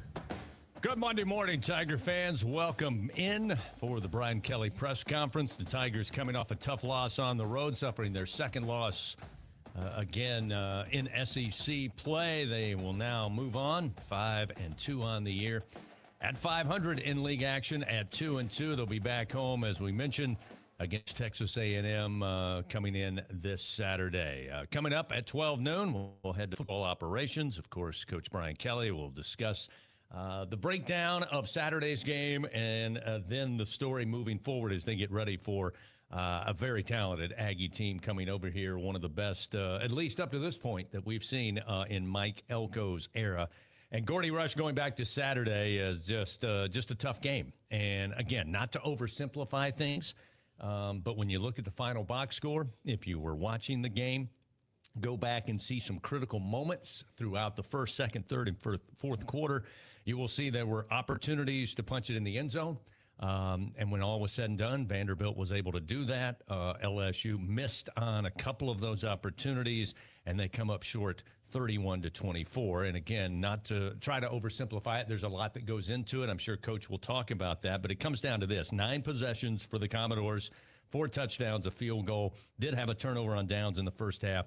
Forced a punt, which we'll talk about late in the fourth quarter. And then, of course, they had the ball when the game ended. For LSU, 8 possessions in the game, 2 touchdowns, 3 field goals, a missed field goal, and 2 punts in that opportunity on Saturday. And again, Coach Kelly kind of mentioned it last week. He said it again on his coach's show. He talked about it after the game. They felt like they would have fewer possessions. And LSU, going into Saturday, was averaging 66 plays offensively per game.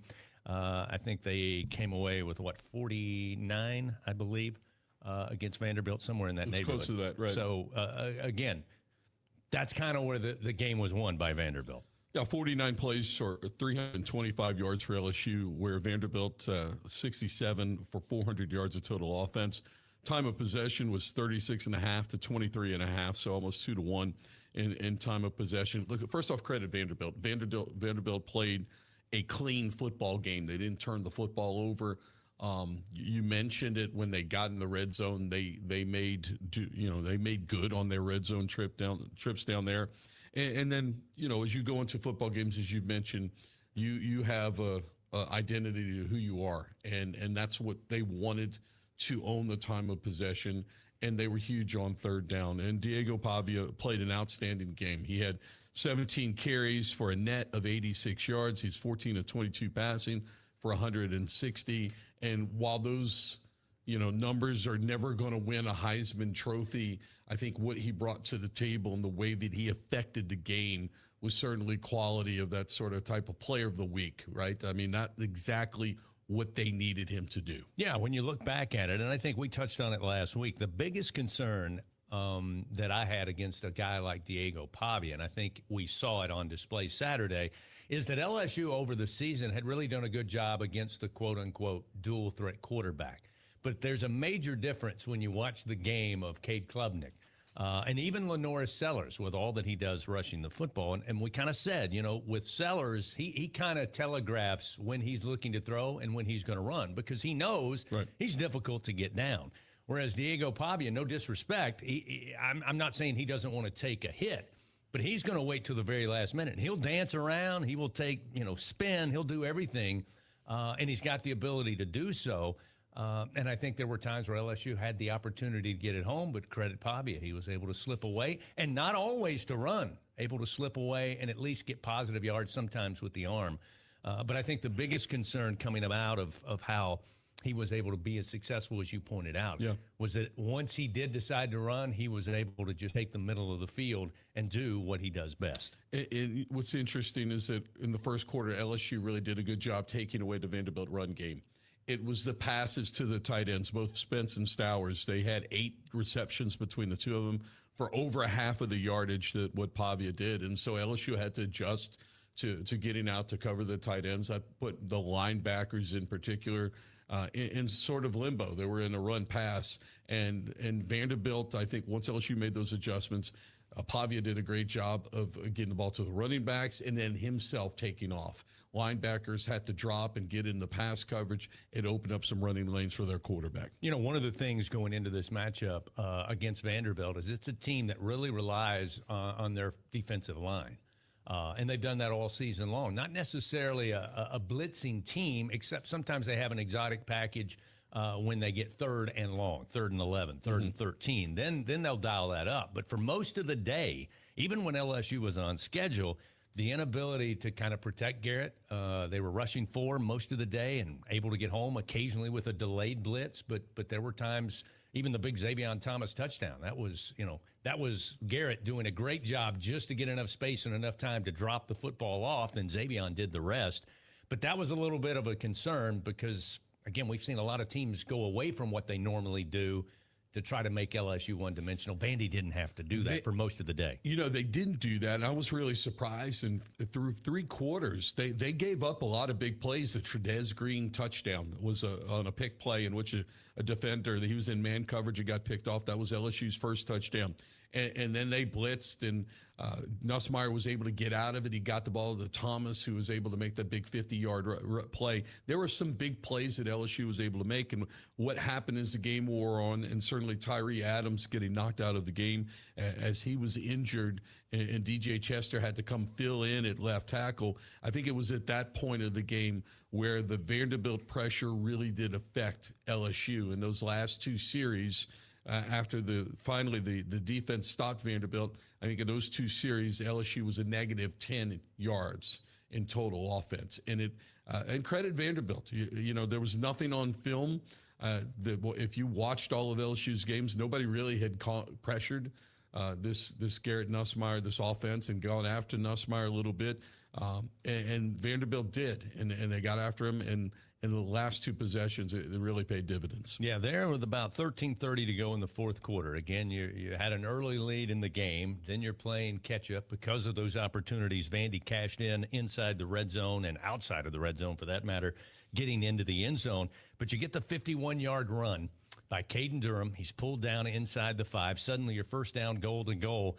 And then a little bit of mistakes. You weren't able to line up. Looked like they were trying to line up quickly, get the play in. Then they had some substitution issues.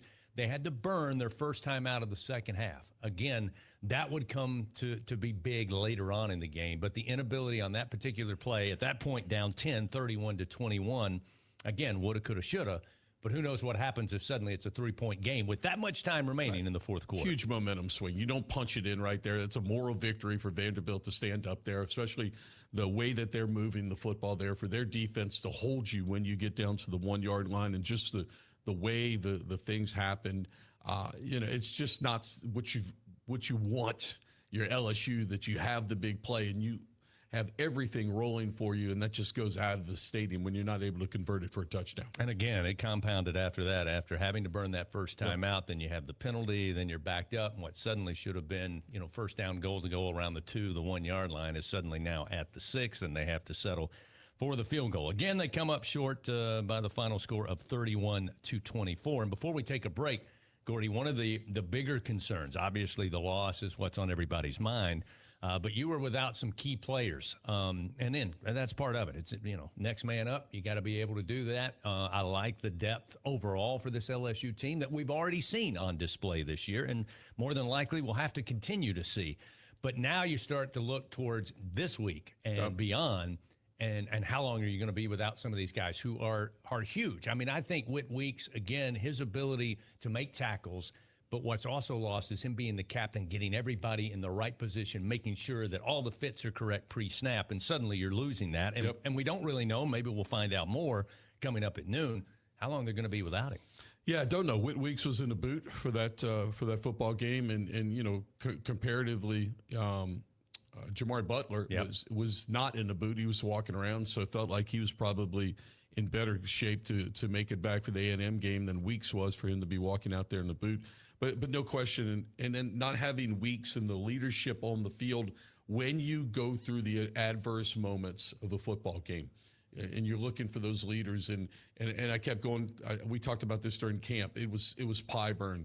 It was Gooden, who was not on the football field. It was Weeks. Those were the emotional leaders out there, and two of those guys were not out there. Texas A&M they're big on the offensive and defensive line, and we'll talk about the Aggies next segment. So you're going to need as many bodies as possible, and certainly Weeks is a big part of that. You're down 2 defensive ends. With Relaford's out still in a sling. And so how many guys can they get back? And it's going to be interesting to see what Coach has to say here coming up at the press conference. 100%. This has been a team, again, going back to the depth that they had, that have been able to, at times, be able to fill in when some of those key players are out. But now you're at week number 8. You've got a top 5 team coming in, as you said, that are very physical at both lines of scrimmage. And how much longer you're going to be without those guys. And hopefully we get a very positive injury update if that information is available coming up around 12 noon. We'll take our first break. We come back. We'll find out what Gordy knows about Texas A&M and where he sees this matchup coming down to on Saturday. It'll be LSU, Texas A&M. I believe 6:49 is kickoff time, according to our TV friends. And we'll talk about that matchup after this break, right after this. In Louisiana, we love our Since the 1930s, Supreme Rice has delighted their customers for all of your favorite South Louisiana dishes. Whether you like the brown, long grain, medium grain, jasmine, or the new parboiled rice, Supreme Rice makes your favorite dishes even better. They even have a healthy low glycemic rice, a great option for diabetics and those who have high insulin resistance. Supreme Rice is proud to be part of the Climate Smart program, which promotes water conservation and reduces methane emissions so future generations of Louisiana farmers can enjoy the same benefits. For more information and great recipes, find them online at supremerice.com. By now, you know that we do our show every other Tuesday at the Crown Town Room at Doe's Eat Place. The Crown Town Room is ideal for larger groups, or if you just want to watch the game on one of our 3 large TVs. The tamales are the most popular appetizer, but don't forget the seared tuna with the sriracha glaze for the perfect blend of sweet and spicy. You can't go wrong also with the flash-fried oysters or the shrimp. The porterhouse is the perfect steak to share. Strip on one side, filet on the other, prepared at different temps if you like, bone in to maximize flavor. Doe's Eat Place on Government Street, just off Acadian in the heart of Mid-City. Life out of every day. Memorize every sunset, every face you love, and climb every obstacle until you can't go higher. With Louisiana Blue, you're free to soar. Because you've got the compassion of the cross, the security of the shield, and the comfort of blue behind you. Live Louisiana. We've got you. Louisiana Blue. Louisiana True.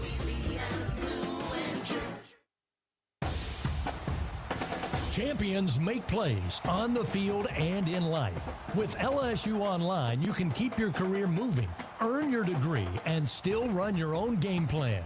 Learn anytime from anywhere and take the next step toward your goal line. It's time to make your move, Tiger fans. Visit online.lsu.edu. LSU Online. Win where you are.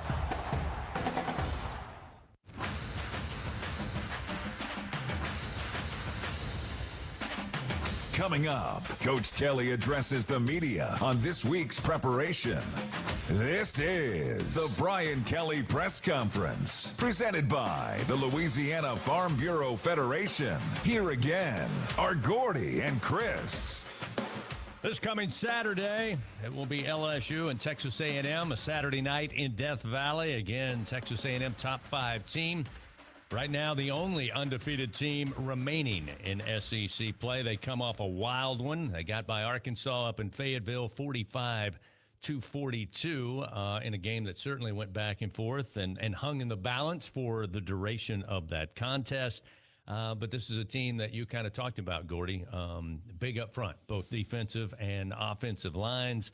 Marcel Reed, we know what he can do. He did it last year in a backup role, but now this is his offense, and he's another dual-threat quarterback. The good news is Blake Baker and company do know exactly what he can do, but you got to go find a way to scheme it up and control the damage that he brings.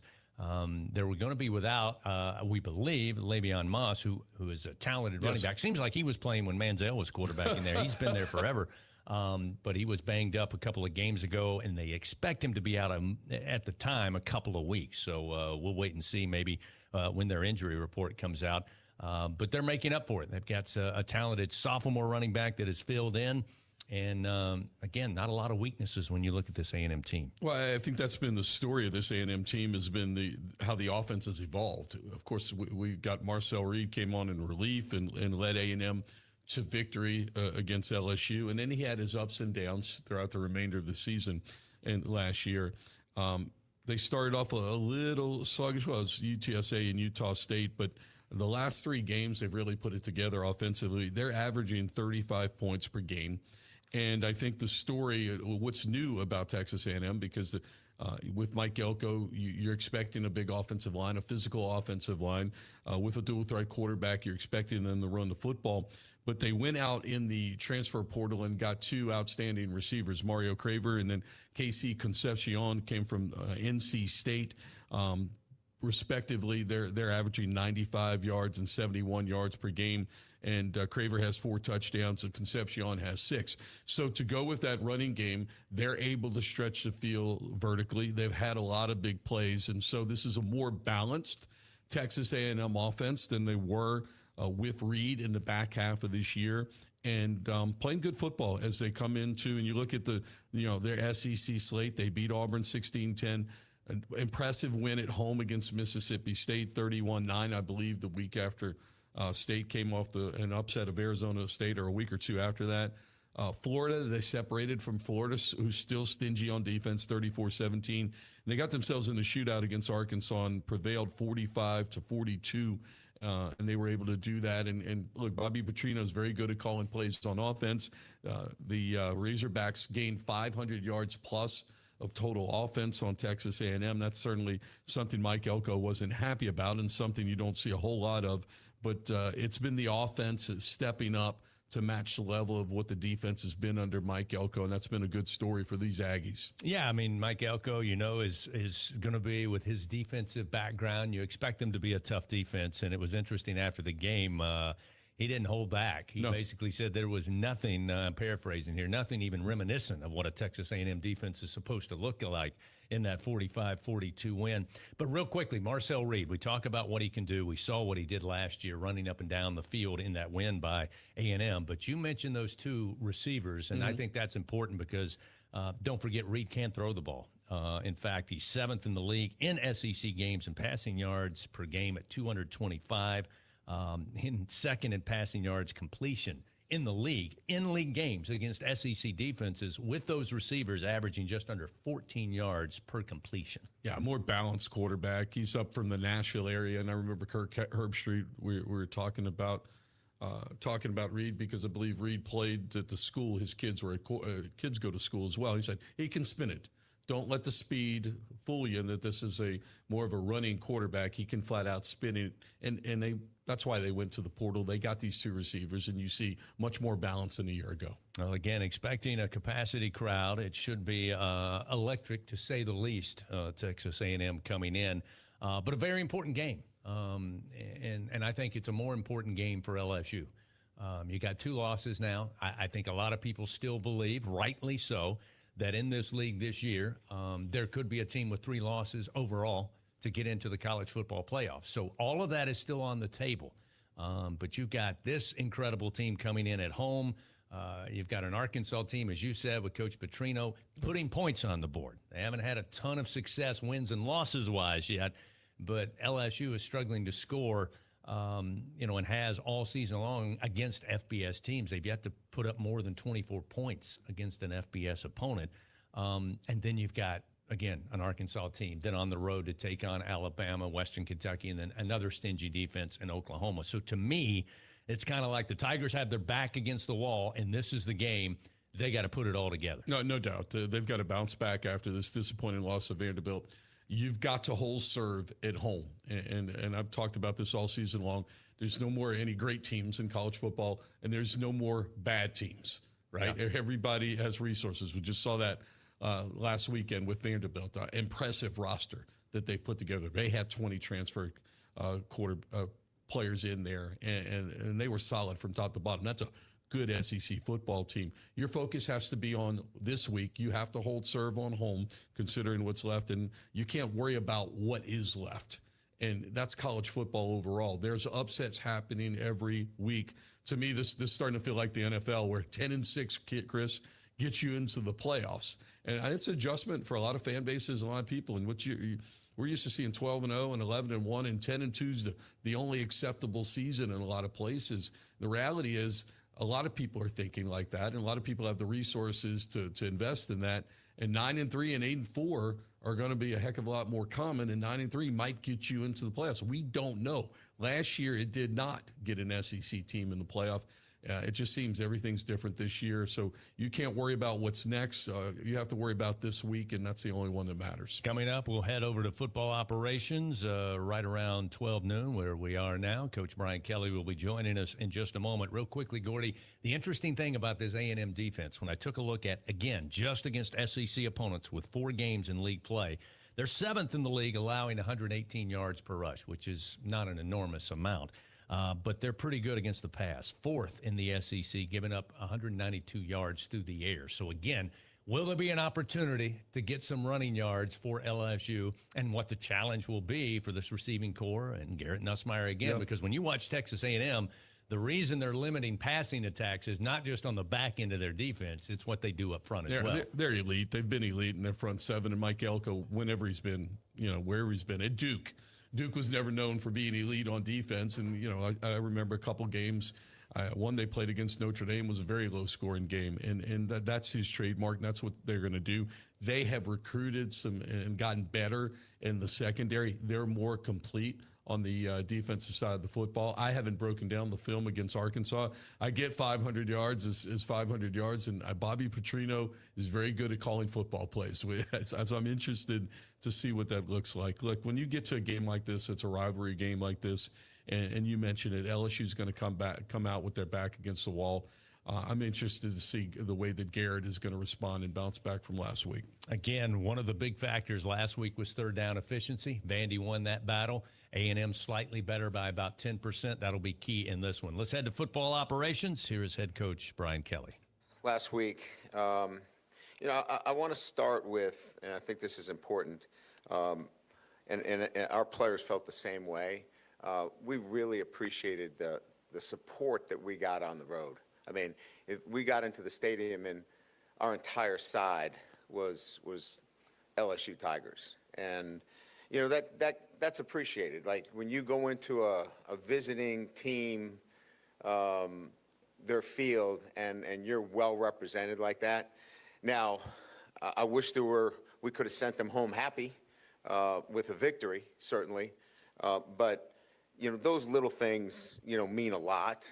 And especially as our team is,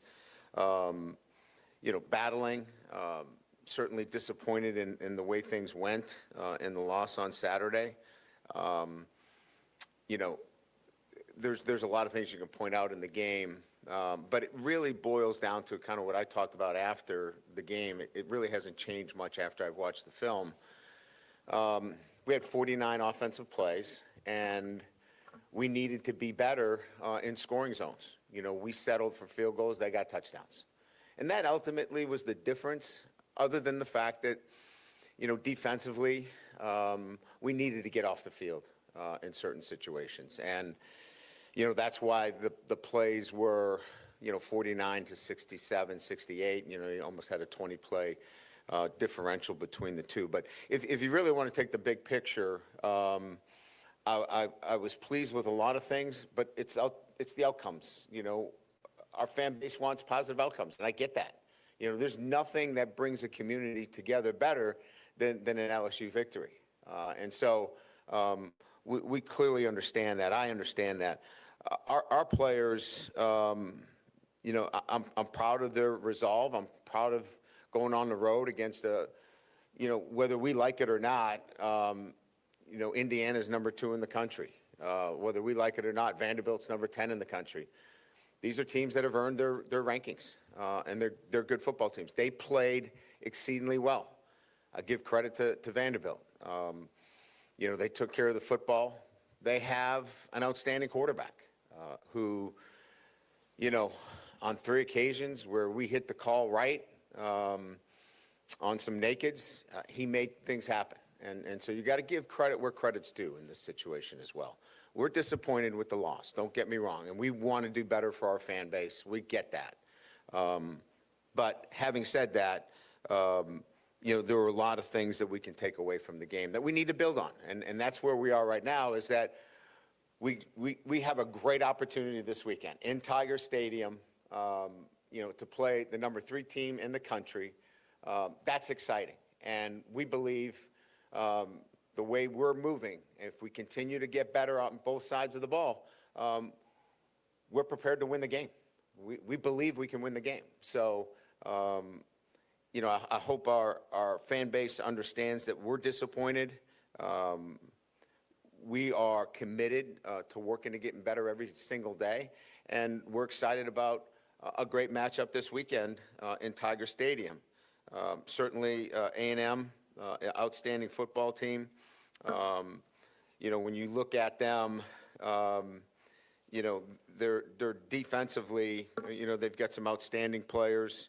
The linebacker York is outstanding. I loved him last year, 21. He's all over the field, instinctive.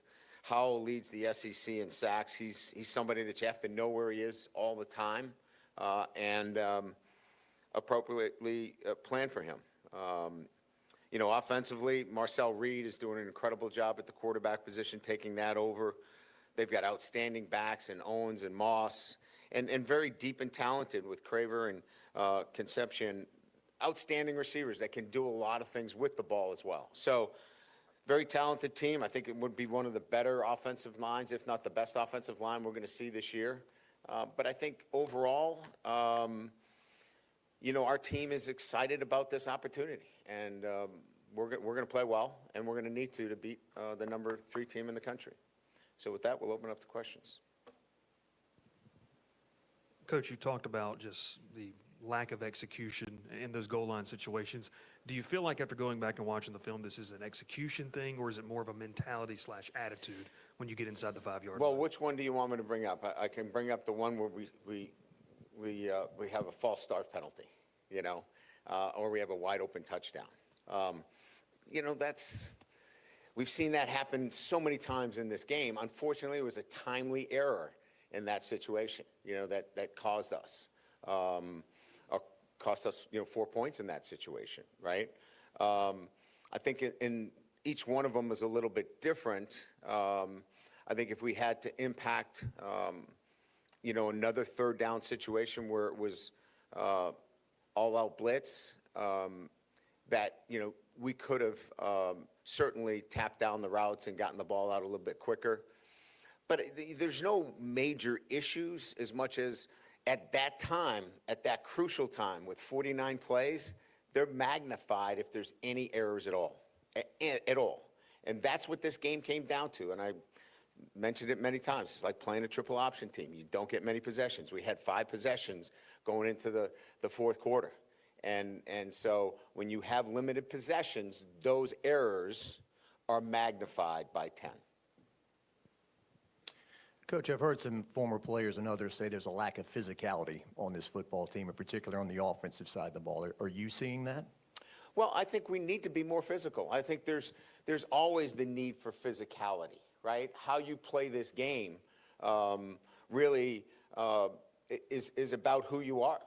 Football is a game of violent collisions, and certainly from an offensive line standpoint, everybody's going to look towards the physicality there on the offensive line. Those are the best 5 guys we got out there. If we had, another group, we'd certainly play them as well. So, listen, everybody, is going to look at this and has their opinions, and I respect everybody's opinion. But there's no doubt that anytime you evaluate your football team, the first thing you're going to look for is physicality. Coach, you mentioned Indiana being number 2, Vanderbilt maybe being number 10. Does that really go to show how much NIL in the portal really opens up opportunities for schools that usually aren't in those positions to get into those positions? Well, Texas Tech, right? I mean, they had a tough loss, but they were a top 10 team as well.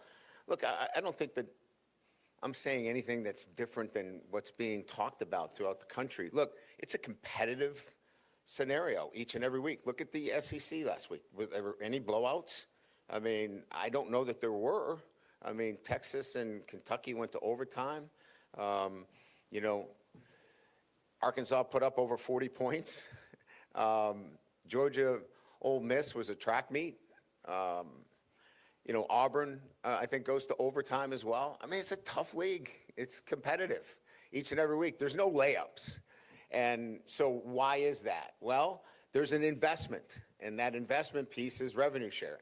And so you can build your roster through that. It's not just about, well, I want to go where the team always wins, or that's got a great tradition.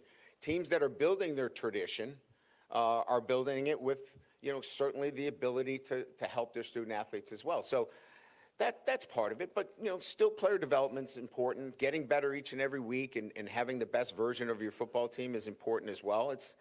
I wouldn't stand up here and say, hey, all these teams are good because they got money. That's disingenuous, right? But it does play into it. There's no doubt about it. And I think we see that within the SEC. Coach, from a self-evaluation standpoint, what do you think the one thing or the first thing is that needs to be addressed or fixed to kind of get this thing turned around and win on Saturday and also moving forward? Well, I think we've been doing it. I mean, look, we want positive outcomes just like our fan base wants, right? But our last 9 quarters of offense have been trending to where we need to be, right? We're running the football with effectiveness. We're targeting the receivers that need to. We got to get Aaron Anderson probably involved a little bit more now that he's healthy. He's a big play guy. And then defensively, we need to continue to play like we have played in the first half. And if we do that, we get both sides of the ball playing complementary football. I think I've said it more than once, that we haven't played that complementary football where both sides are hitting on all cylinders. We just haven't hit that point yet. So we'll continue to prepare our football team, work on the things that can help us get to that level. And it's an ongoing process that, when every day is a self-evaluation of what I'm doing, what our players are doing, what our coaches are doing. And we're taking all those hours to make sure we do that. Can you confirm multiple reports that Tyree Adams will be out for this week? And if so, what do you do at left tackle? Yeah, he'll be out this week. DJ Chester will be over there. He's our most experienced guy. we'll give Curious Curran some reps out there as well and see how that goes during the week. Coach, I know y'all track everything. When y'all come out of timeout, do you know what your success rate is on that next play? No, we don't track that. Okay. If you have it, I'll take the numbers. Okay. I don't have that analytic, and it's something that I'm sure that if I ask our guys to dig deep, I can get you the answer. Coach, right here. While we're on the injuries, Whit Weeks, Bernard Gooden, Jamari Butler, how are they doing, and what do you think their status is? I think when we present our report, I think you'll get a clearer look at that, and I think that goes out tomorrow, Wednesday. So we'll get a better report on that on Wednesday. And we noticed we haven't seen Ashton Stamps or Jordan Gilbert on the field in quite a while. Is there anything going on with either of them? Well, we're trying to protect them, both of them. They both have played in 3 games. So if we can, in fact, protect their year, we would try to. This would be a week where they could play their 4th game and still, maintain eligibility. Brian, you've talked about the fewer plays that you have. There's obviously a thin margin for error with this team on offense.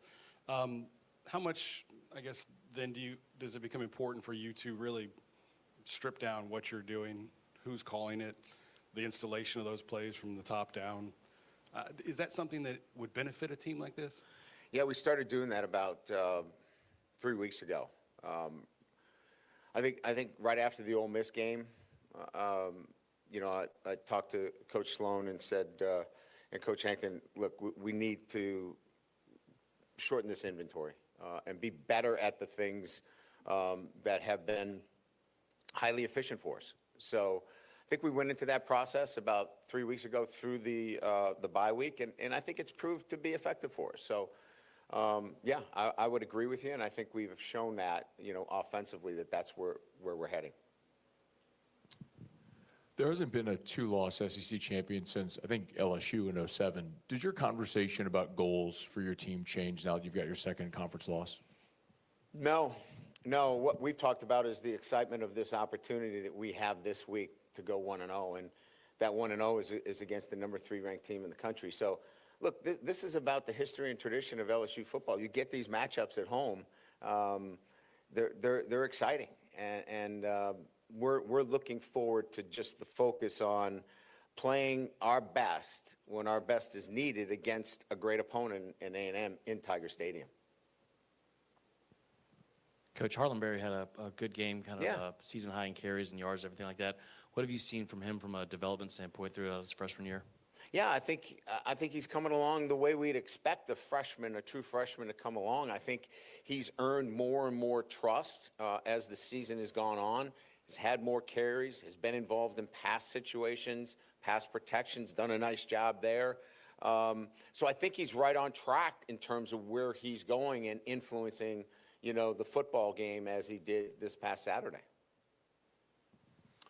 We saw Carius at left tackles, and some in the spring, a little bit early in the fall. What do you need to see from him to kind of make that big push with DJ? And then just Solomon Thomas, what's maybe an update on how he's doing from his injury? Solomon's a little bit behind. I mean, conditioning-wise, being involved in things, he's just ramping up really from a long layoff. But as it relates to Carius, we're in a situation now where, we've got a matchup this weekend against a veteran team and, a great pass rusher, certainly.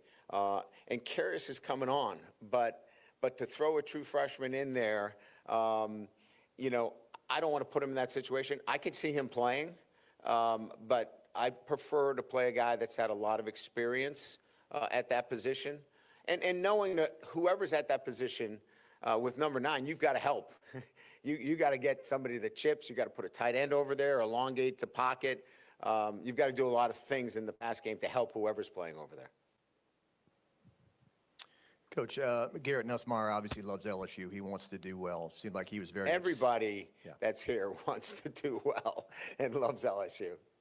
He seemed like he was very upset at the end of the game in the post-game interviews and so forth. What can you do as a head coach talking to him to kind of, obviously winning and throwing touchdowns, but get some of his joy back and playing the game? Well, look, they put so much time and effort. And look, I recognize everybody's angst. I mean, my meal doesn't taste good. I'm not in a great mood. I mean, I'm not happy. I think he's part of the entire group, Jacques, that nobody's happy with the prep. We've put so much preparation time into not to come through in those situations.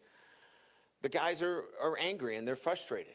And so we've got to be able to turn that into allowing them to go and play this game fast and free and physical, and do that when it matters most. And I think we've already kind of touched upon a number of different times where the first question was, red zone efficiency, if we're a little bit better there. We had 3 situations where we were blitzing into a naked boot and we didn't come up with the sack. I mean, we got to be better there. So it's these little things that we've got to be better at so everybody feels a little bit better at the end of the day.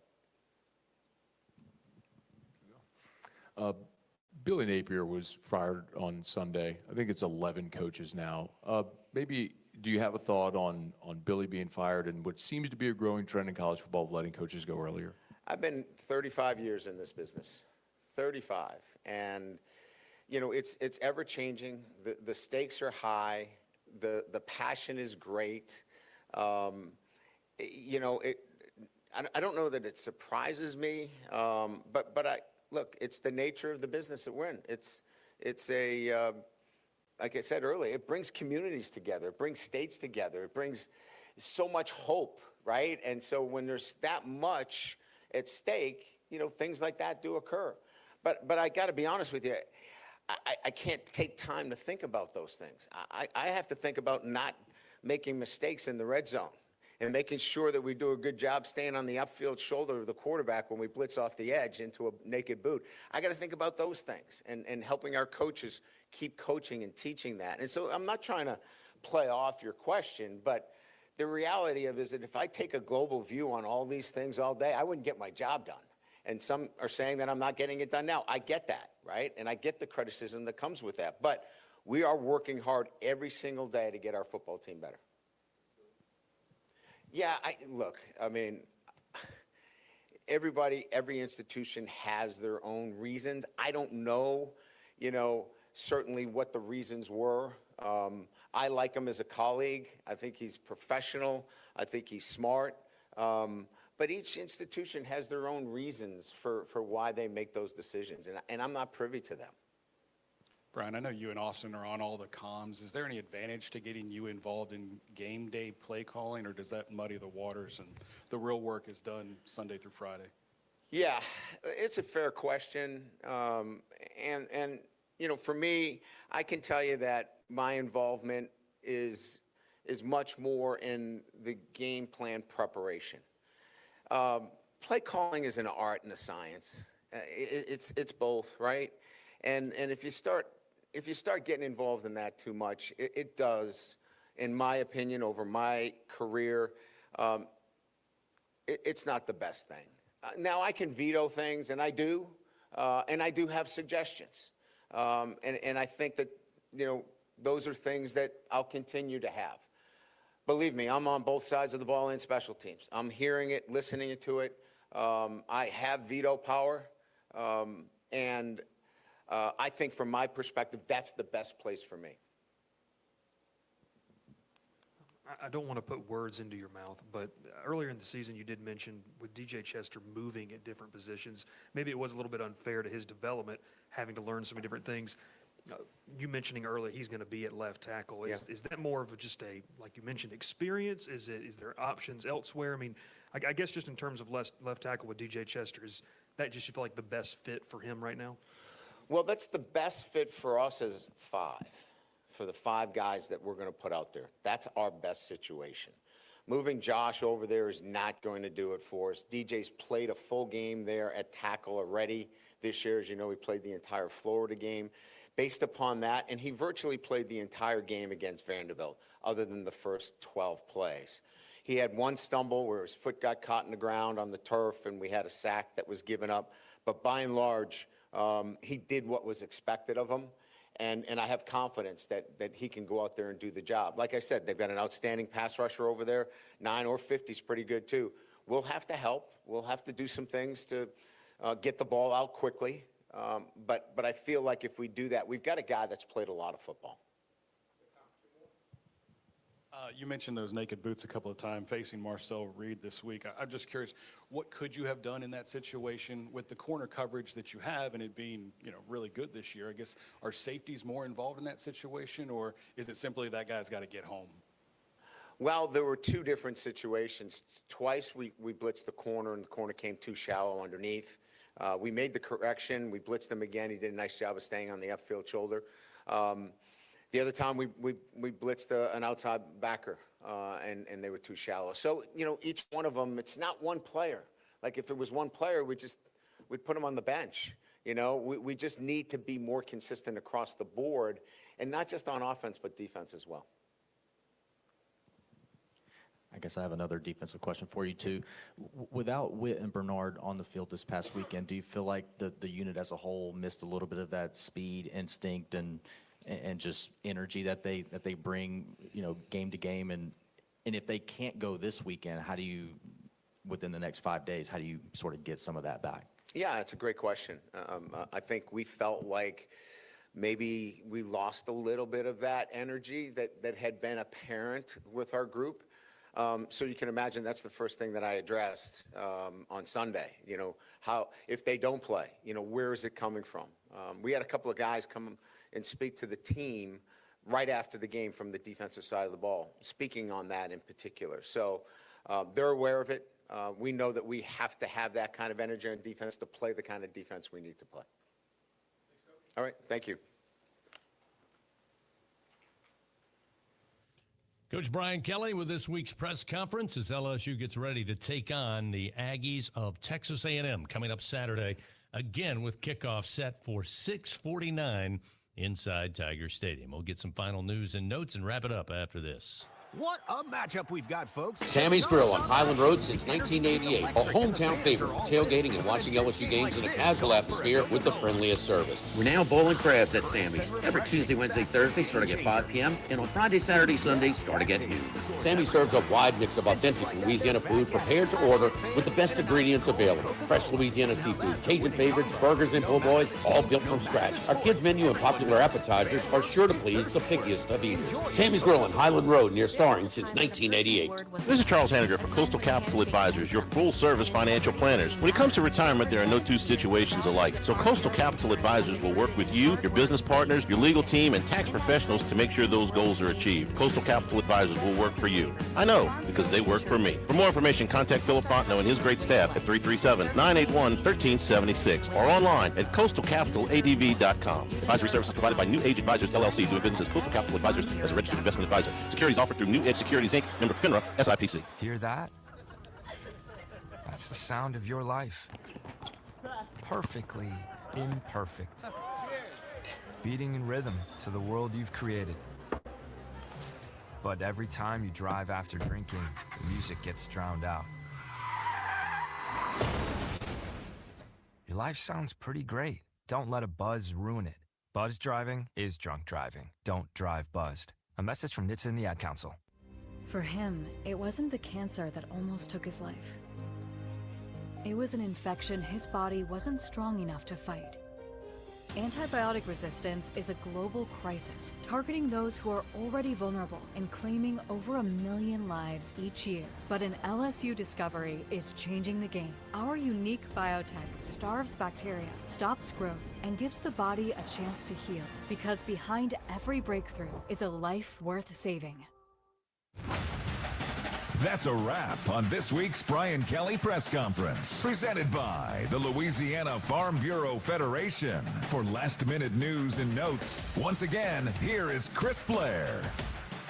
Coach Brian Kelly with this week's press conference.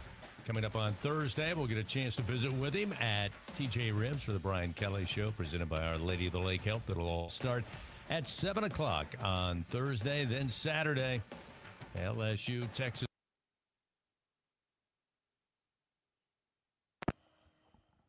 Live at lunch with Ott and Hanny from Big Mike's Sports Bar and Grill in Denham Springs on 104.5 ESPN, Baton Rouge. And return here at Big Mike's. We're on Aspen Square. Halloween season here for a trunk or treat tomorrow night with the kids out at 7 o'clock. You can bring them out for a terrific family atmosphere. Trick or treat around all of the vehicles in the parking lot, like a big tailgate party, except for the kids. And it's going to be good weather, I understand. So come on out. It's a wonderful event. For the grown-ups, the Halloween party is this Saturday. Costume contest, $500 cash prizes. And DJ Preston Wallace will be out with that. Next week on Monday, it is Halloween trivia. They're giving out prizes there. And today is Monday, so that means all-you-can-eat boiled shrimp starting at 5 o'clock. And on Wednesdays, it's dollar wings.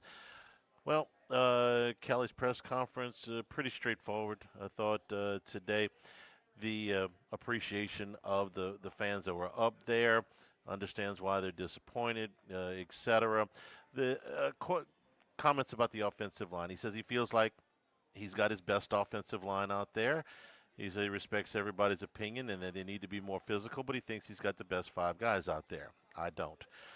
So that's just a matter of disagreement. But in my opinion, from what I've seen, Carius Kern is one of the best 5 linemen. Now, before this, that would have meant probably plugging him in at the right tackle, which I understand for the 800 millionth time is not his natural position, but I feel like he's an upgrade there based on the games that I've seen. Now you've got a bigger problem because your left tackle is out as well. DJ Chester has played a lot of football. He hadn't played a lot of tackle, but he's played a lot of football. We're going to go with him there and Davis on the right side. I don't think that that's their best 5. That's me. Those guys watch it every day in practice, all day, every day. They've watched way more practice film and all that stuff than I have. I think Kern's one of the best 5, even with the freshman mistakes. Que sera.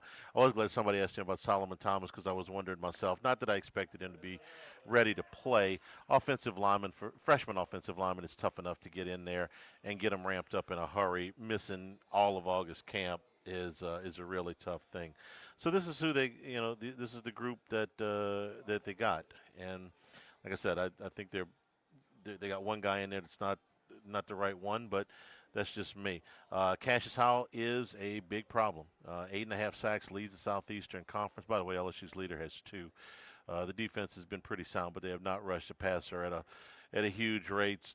Howell's got 8.5 sacks, so whichever side he lines up on, they are going to have to give some help, and especially if it's a Hall and Berry lay a lick the other day. It was encouraging to see because that's what you want to ramp up with those freshman running backs is the pass protection. See if that can continue. Gets criticism, gets why everybody's upset. Small margin of victory, small margin of error, etc. Anything else? Yeah, you heard we talked about, right? The opening 2 was talking about the Vanderbilt game. They had 49 snaps. Yeah. What did you read into that? Why would he mention how many snaps they had? He talked about last week that it was like playing a service academy, their pace of play, the way they run things. Yeah. They keep themselves they run very few things that have the opportunity to put them behind the sticks. Yes. They almost never get in a bad position. Well, your quarterbacks, you lose him. This helps in that too. And his instincts, his smarts. Yes, you don't see all of that. You don't see them run a whole lot of straight drop back on first down that runs the potential of getting you a holding penalty or a sack. 136 Division I, FBS, whatever we are this week. Where does LSU rank in snaps per game? I got it, Max. I want you to guess. Snaps per game. Without looking, I'm going to say LSU snaps per game is somewhere, I would say they're probably averaging around 65 snaps a game. That would probably be in the 80s somewhere. Okay, Max. They're going to be they might be bottom 10. I'm going to say like 125 out of 136. Okay, see, Charlie, another case where Charlie doesn't listen to me, and I understand, and I'm used to it. But anyway, this was, I lost. This was a bad. When you pick an under in a game, it's one of my 5-pack, 1-4 on Friday, Sunday, 1-4. Thanks for shopping, okay? So it's not my best week. I understand that. But I based it on their pace of play. And the two teams were 118 and 124, Charlie, before they had 49 snaps. They are dead last. Wow. It's not close. They are 136 at 55.5 snaps a game. I was 10. Guess who's 10 second? heavy. Well, it was 135, and that is Air Jordan, Chapel Bill. They're 3 snaps less, more than. That's 21 snaps cushion them being last. Now, in the Ole Miss game is 84 to 56. Your defense is on the field way too much. They are running the ball more. They're trying. Vandy only had 67. It didn't get into the 80s, but so they are trying to do better. Here's another one for you. LSU's offense, yards per play, because it's snaps. They have less snaps. The defense is playing more snaps, so we can't go total yardage. Okay. Where do they rank? 1 to 136 by Max smoked you on that one, by that way, Charlie. Thanks. But anyway, you smoked me on a blue book, okay? Yeah. All right, throw that blue book away. Yards per play, offense and defense. Charlie, you first. Yards 1 per to play. 136. Well, given the fact that they're doing, I'm going to say somewhere in the 90s. Offense, 90? Offense in the 90s. Say 90, okay. Defense? Yards given up per play, I'm going to say that they are in the high 40s. Okay, so Low 47 will All right, get you. yeah, Okay. Sure. Okay. Max? I'm pretty aligned there. I think they're just outside the top 100 in yards per play offense. Okay, Defense, 105. Defense, I would go 50. 15? 50. 50. Okay. Yards per play offense, 32. Oh. Yards per play defense, 31. Okay. I'll give you a stat to that in, Charlie. That's a little surprising, huh, Charlie? Yeah, I mean, it doesn't really line up with the. Second worst. They're not on the field, is the point. Second worst in the SEC in finishing drives. He points talked per about that, opportunity. red zones. So when you get inside the opposing 40, how many points are you scoring? They're settling for field goals. They're not scoring at all. And Vanderbilt's second in the country. And I understand there's some games where you can interpret as far as, okay, they got 7s in the red zone, and we can't take that away. That's data that LSU settled for some 3s or 3 attempts, and Vandy cashed them in. I get that. But, man, when you get out rushed by 140 yards, I think there's and running the football, you're going to. Charlie, why did LSU was so bad running the football early in 2000. I can't tell you how bad. Just 0 yardage, 1 yard, -1, just nothing ever. But they were going to continue to run it, and Saban said, we're going to continue. Because at some point, we're going to need to run the football to get tough yards and near the goal line. At some point. And when you're seeing these teams run the shotgun and short yardage and goal line still, and see how it's not even close to teams who get under center in those situations. You do have enough time to practice it, but man, I'm not. I can't deny it didn't happen. It's facts. It's data. What they did when their red zone trips in LSU, but damn it, man. I think there's more to the picture than just it's just coincidence it happened this way this week. And, you want the ball more, make more first downs. That's pretty easy. But the red zone stuff is significant, Jimmy. Let me give you a list. This is the last 2 games. I just brought them up because I thought you guys would be. No, I was wrong. It's hard to be 1 or 136, I've The watched offense yards per play is higher. I've watched every play of every game more than once and missed that stat by 2 city blocks. So I'm just as guilty. But how much different would this look if over the last 2 weeks, this is just in the last 2 games, an interception on the 1, a fumble on the 1, a quarterback sneak on the 1 that was a fumble, you end up with a field goal. Sorry, that's points? That's points, but that's not yards. No, it's not yards, but illegal procedure on the 1 that negates a touchdown. That's 28 points. Or if you give them the field goal, 24 and points.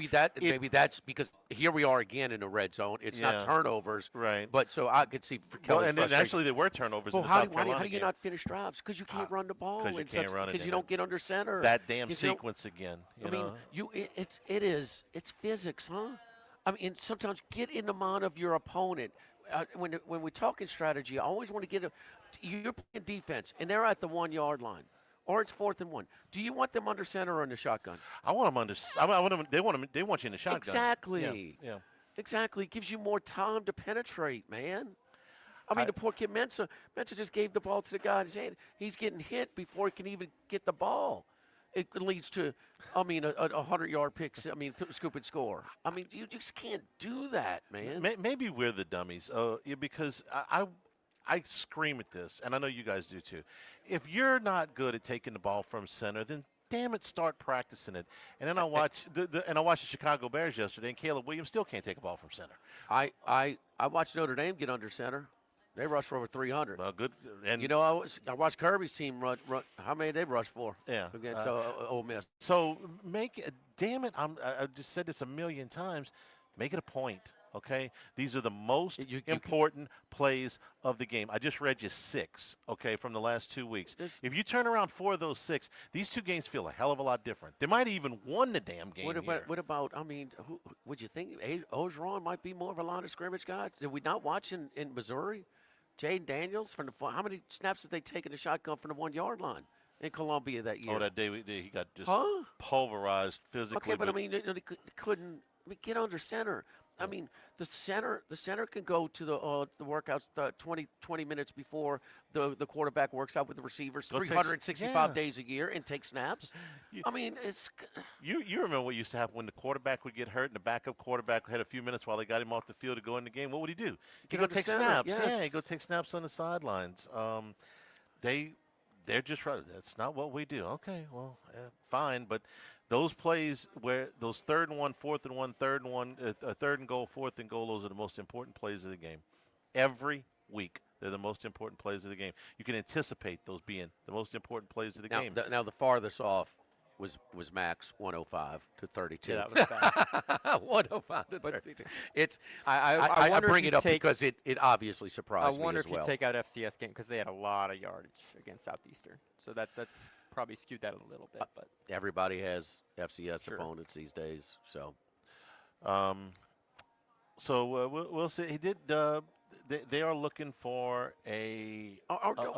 Go ahead. And I was going to say the electric thing. They're looking for a big crowd this weekend. He said it electric, yeah. I think that they'll go out because if you bought season tickets, this is the biggest game on the calendar. They are a top 5 team. If the weather's anything like what it is today, I think you will get a massive crowd to open the game. I don't know if they'll stay if you fall behind. But if they weren't, you got a lot of disgruntled people here. If they didn't stay when you were leading South Carolina, if you fall behind here, I don't know what that thing's going to look like after halftime. So the early firings, okay, and Matt asked about it too. Is just it talks about it. It's just what it is now, and I think it's because of the transfer portal, and because the later you wait, it really affects. excuse me, your roster for the next year. It really does. And listen, the booster fatigue is a term now. It's a term that we use. And so, they're giving more, they expect more. But, Charlie, where's the game? So we've seen some of the early firings. What's the trend we talk about a lot? It's after embarrassing home losses. Yeah. But he's not getting fired Saturday night, not even close, okay? But it would really, if your fans are leaving or they start they got the GoFundMe or fire by BK or whatever it is in the stands, whatever it is, it's going to be. It's just not going to be pretty. I asked you on Sunday if what you thought the $50 million buyout of James Franklin in his situation would trigger, if anything. Would it trigger a trend? And I kind of dismiss A&M and Jimbo because that was a special set of circumstances, and they've got more money than just about anybody. But Penn State, who's a conservative, football program, and listen, I don't want to talk about what happened off the field there. No, that just was football. tragic. Just From a a football part. Well, Paterno was there forever. Okay. So. Does this turn up the heat, start a trend where, hey, listen, if you guys not getting it done, it's even earlier than now. This is not a fireable record. James Franklin wasn't a fireable record, not in a vacuum. Not a fireable. Are you going to see bigger and bigger buys? Because the one thing I know about these schools is we don't have the money. They find the money when they absolutely have to. The big schools. Well, Wisconsin says they didn't want. They're not playing that game. They're not into it. And Charlie, 16 schools in the SEC kept their coach. That doesn't hire if they're tired. Okay, You know, so you're saying that this it the Penn State depends. thing's It a de- one-off? It I don't know. depends. I'm Well, it asking. depends. Franklin's been there for 12 years. We Yeah. know about the top, and we know about the preseason ranking. Yeah. And and I'm sorry, that's all of us too. If not this year, then when? The big game If not fatigue. this year, Right. with You them. didn't win it. Now we gave you everything you so, wanted. Yeah, I We mean gave you they're everything all you in, wanted. but you know what? Penn State's not alone in giving more than they ever have. Right. Ole Miss giving more than they ever have. Is LSU? And how long? can you- LSU this past year on putting that roster together, did they not lean on their boosters more than ever? Yes. Absolutely. They Okay, did. so there's other teams, Texas Tech is. So there's a lot of those in right now. Because give me a business model where I don't have to pay the labor or the entertainers. Okay, well, now you're paying them, and you're paying them more, and that ain't going away either. And they could try and regulate it all they want, but when they regulate it, then the ones that have always gone over the top, we're still going to go over the top. And how many coaches are whining about that? In the media days, the conference media days. And I that's don't know why how I'm, they that's offer why I'm any- so curious to see. I really don't One- think we're going to see a one- 10-year contract. I think that they are going to shorten these things up a little bit. They may put a little bit more money out per year, like a Florida or a Penn State. But how many are going to be like the Florida State's a good example, okay? They gave Norvell an extension after the 13-0 season, regardless of how it finished. And then he went 2-10. Well, now they're stuck with this extension. It's $60 million to get rid of. say the 54 guy- for him. Say your typical guy that has 4 seats, pretty good seats. Yeah. So your middle to upper kind of ticket range, okay? And they leaned on him for $20,000 this past year for player budget. You gonna get that $20,000 again? Not to the same coach. That's Yeah, not so, to the same. So so that's there's a big chunk of them. And There's don't a think big that chunk they- of them that are gonna say no, man. And that's that.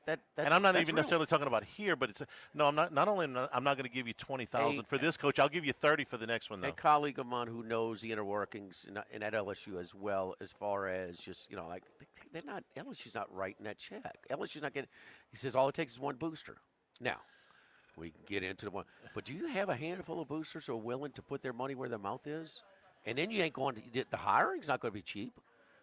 No, the hire you're not going to get Summerall. Don't Ain't forget doing the that. staff too. The staff costs money too. Absolutely. There's all kinds of things. But And there's offsets. Who's got the highest? And like I said yesterday, you weren't there, Max. Who's got the highest paid assistant in college football this year? I didn't know, by the way. Penn State, right? Jim Knowles? No. No, he's You're on the right track. Close, close. Oh, is it who replaced him or who? No, it is Knowles. It is Knowles. It is Knowles. Who they gave $3 million to. Yeah, $3 million. They don't have a win against a Power 4 team. So, you want to get rid of your offensive line coach. You want to get rid of your offensive coordinator. Okay. And how about them? He did say, that's an interesting question about taking over the headset at some point. Yeah. But he just said it usually doesn't work. But bring in Bobby Petrino. Is it you gonna spend $9 million on him? You're gonna have to give him there's a no contract? guarantee it's going to work. No. Who's your quarterback going to be? Or how much is that going to cost? I bet your quarterback next year is going to cost more than it costs you to keep Nussmeier this year. And you're sitting here talking about how you account for all this money. Who is owed money? There's a big difference, believe me, between coaches that are owed their full amount within 30 days and coaches that can be paid out over a certain amount of time. The offsets come into it. Are they going to take another job? All of those, the staffing for sure. All of that comes into Trunk play. or treat, Charlie. Trunk or treat. We got money. man. We don't, no money required there. No, come on out tomorrow night. Bring the kids. Put them in costume. Trunk or treat right here in the parking lot. Tomorrow night, yeah, October 21st. Great weather. Fantastic Who weather. scheduled that? That's a good idea. Big Mike knows what he's doing around here. So that's tomorrow night at 7 o'clock. They'll be in the parking lot with all the trunks open, candy for all of the kids.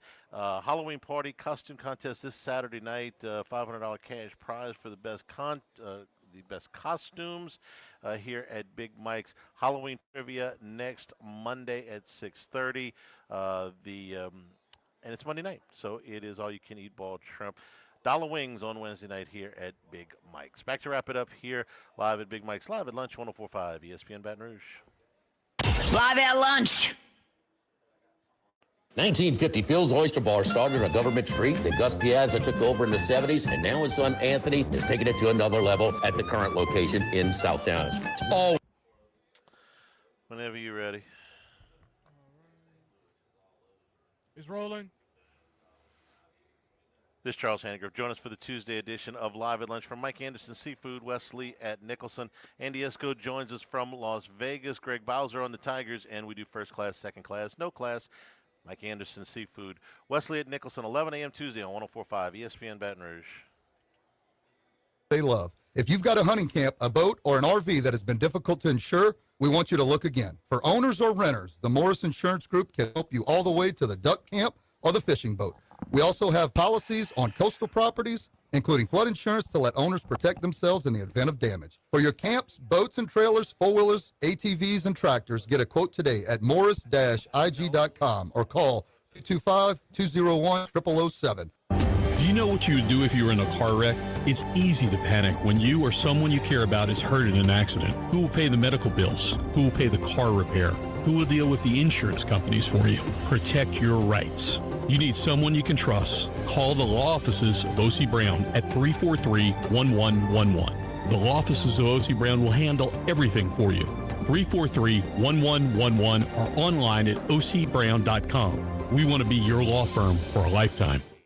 Attention, vehicle owners. Before you trade your transportation, let K&M Automotive give your vehicle a new lease on life with a remanufactured product from Jasper Engines and Transmissions. A Jasper remanufactured engine, transmission, or differential will extend your vehicle's life, giving you the extra cash to do the things you really enjoy. And Jasper offers a 3-year, 100,000-mile nationwide parts and labor warranty. K&M Automotive, 636-2875. That's K&M Automotive, Siegen near Perkins.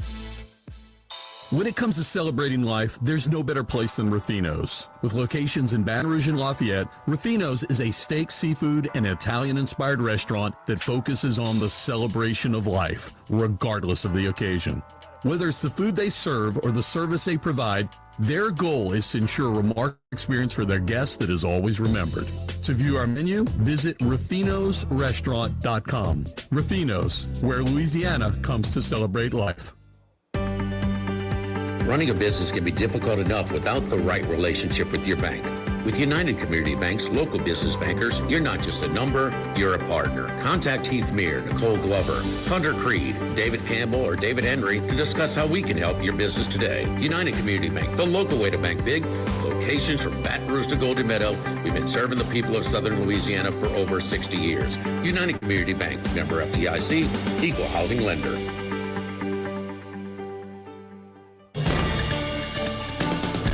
With all of the financial headlines, are you worried if your retirement savings will last? The market's ups and downs can keep you guessing, especially if you're approaching retirement or considering it. If you have more questions and answers about what's next, let's work together to help ensure you're prepared for your journey. After all, retirement isn't the end of the trek, it's a new beginning. Stop by your local Edward Jones advisor. Text Morris on Jefferson. Edward Jones, member SIPC.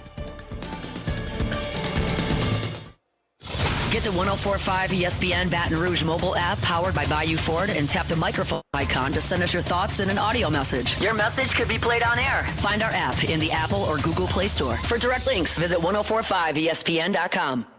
Tigers, Saints, Southeastern Conference, all in one place. LouisianaSports.net. No paywalls, no article limits. It's just the coverage the Louisiana sports fans want. Bookmark it today. LouisianaSports.net.